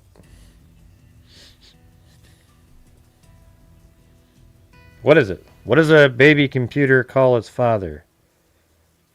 Oh, data. Jesus. I didn't know you had the answer on it. Okay. What does a baby computer call its father? Wait a minute. What does a baby computer call its father? Data. All right, there you go. Or data is what you're really saying. Okay, I'll say it the way you want it to be said. What does a baby computer call its father? Dada. You get it? Dada. Yeah. Well, data is spelled the same way, but yeah. Let's see. All right. All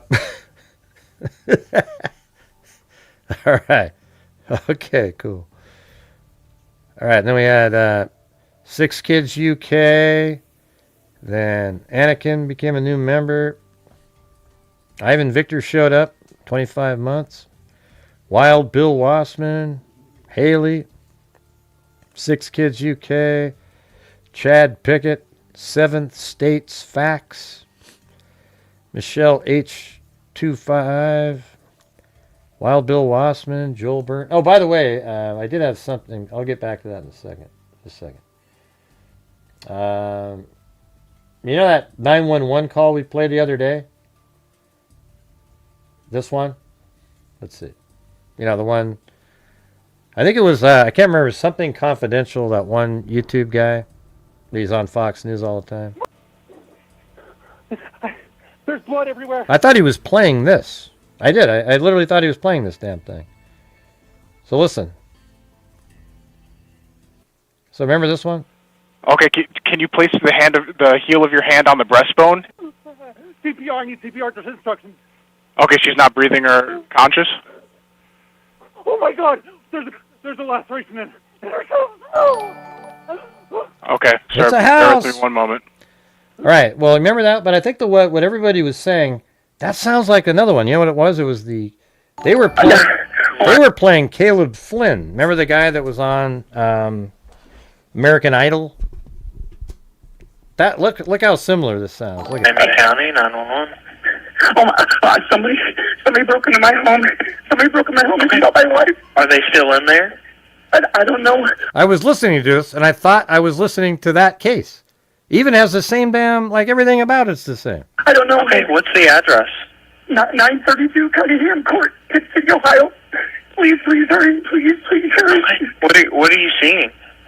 My wife she's got 2 shots to her head. There's blood everywhere. Oh my God.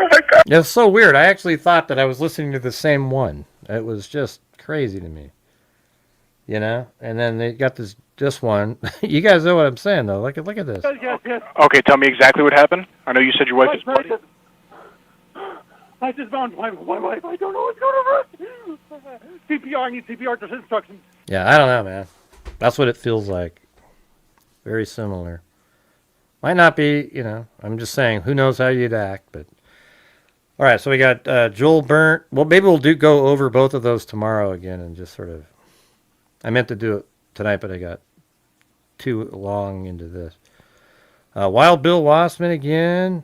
Then we had Amy Slates, Wild Bill Wassman, Haley, Wild Bill Wassman, Kelly. And by the way, go check out that I was on Court TV's with Vinny Johnson, Vinny Politan tonight. Earlier in the day, we recorded one and he put it out there. It kind of went over some of the similar stuff, but maybe you guys can put some positive comments over there. And then Wild Bill Wassman, Honeybee Fly, and thanks Honeybee Fly for all your different super chats in there and membership gifting, I guess. Then Bad Juju gifted 5, very cool, very nice of you. Then TL, Amy Slates, and then Chris O'Connell gifted 5, and then Chris O'Connell gifted 5 again. Then she did 49 for a 49er fan, I guess. And then True Crime, and then Frozen Hell, then TL, then Chris O'Connell said doubling Frozen Hell's super chat. And then Chris O'Connell gifted 5 again, very kind. And then Honeybee Fly again. Then Mark Agee and Matt Lamb. Thanks everybody. You guys are, I mean, it's so weird. Like the show, we made the goal and everything like that, but it's just such a struggle for a while, 2 hours at least into that. But then, boom, all the freaks, came through. We did it. Appreciate it. Right. So this whole show here, what did you guys, for the people that don't really watch here very often, that you maybe just kind of showed up tonight, when you saw that all presented in that order, I mean, this is what law enforcement should be doing, by the way. Like, this is how they should do it. Like, in their opening arguments, just go through the thing, and then meticulously go through it later at trial. But this right here, when you go over it, it's just so clear and obvious. Like there's no question about anything, His DNA proves that the person you're seeing is him. And, people identified him visually. And the rifle was his grandfather's. I mean, it's crazy. So, anyways, thank you guys so much. Really appreciate it. I do, Chris O'Connell. Love all you guys, Some nights, it's just really hard, difficult, like last night was just absolute struggle fest. Even though I did a whole show, it was even long. We found a cool, if you didn't see it, Chris O'Connell, you like those cold cases, you should watch the last bit of last night's show. The last hour or so. That one was crazy. It was actually pretty interesting. Like out of nowhere, I was about to end the show, and then all of a sudden, there was an extra article, another article, and then it turned into be this pretty interesting cold case that is probably associated with a serial killer. In fact, I would say it's 100% that serial killer that's mentioned did do it, because one of his victims had a bra stuffed in her mouth and she was strangled to death. The victim in the case that we were covering had her sock stuffed in her mouth and was strangled to death. And it was within like the same, like a mile of her house. I mean, it's the same place. Same year, everything. So that one was pretty interesting. Oh yeah, you like that? Cool. Well, thanks for watching, Chris O'Connell. Anyways, thank you guys all for your support and everything. I'm sorry, it's just such a struggle early on. I don't know what the hell the deal is. It makes it hard. But also, when you guys send in super chats, I think it'd be great if you guys would put questions and comments in them, so we can sort of do, like, I like how, like, Paramount Tactical, like, he gets to pause the show and then go over a bunch of comments that people leave in super chats. Like, we don't normally have those. I know it's probably because I explain things so well that there's not even a question to answer, but I'm just kidding. Anyways, thanks again, everybody. We'll see you guys tomorrow. And who knows what tomorrow will bring. But thanks for being here, and thanks for all the mods out there for all you guys do. Appreciate it. I know you guys got to deal with a bunch of weirdos and stuff like all the time. People that, it's like fact, logic and reason and common sense has left their brains a long time ago. All right. So thanks, everybody. We'll see you tomorrow. And as I always say, what does that one say? Hold on. You don't disappoint. Your shows are different every night. Yeah, cool. Well, thanks for being here, and we'll see you tomorrow. And as I always say, until next time, be safe out there. Maybe I'll do this one first, my little...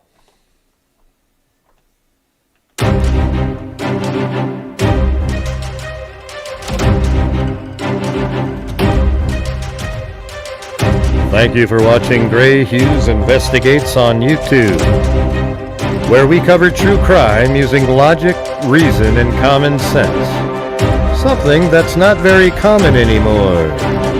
But thank you all very much for watching. And until next time, be safe out there.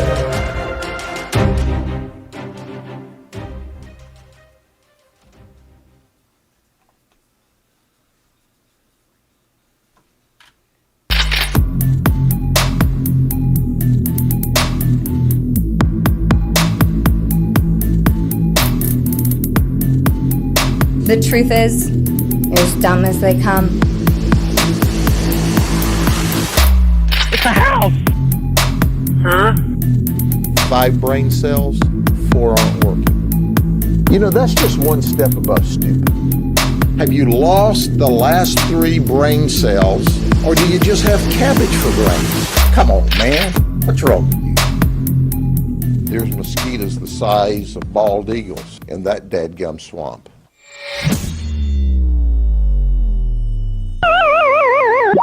Evil can never be dead enough. And some of you, you make shit up. Candace Owens.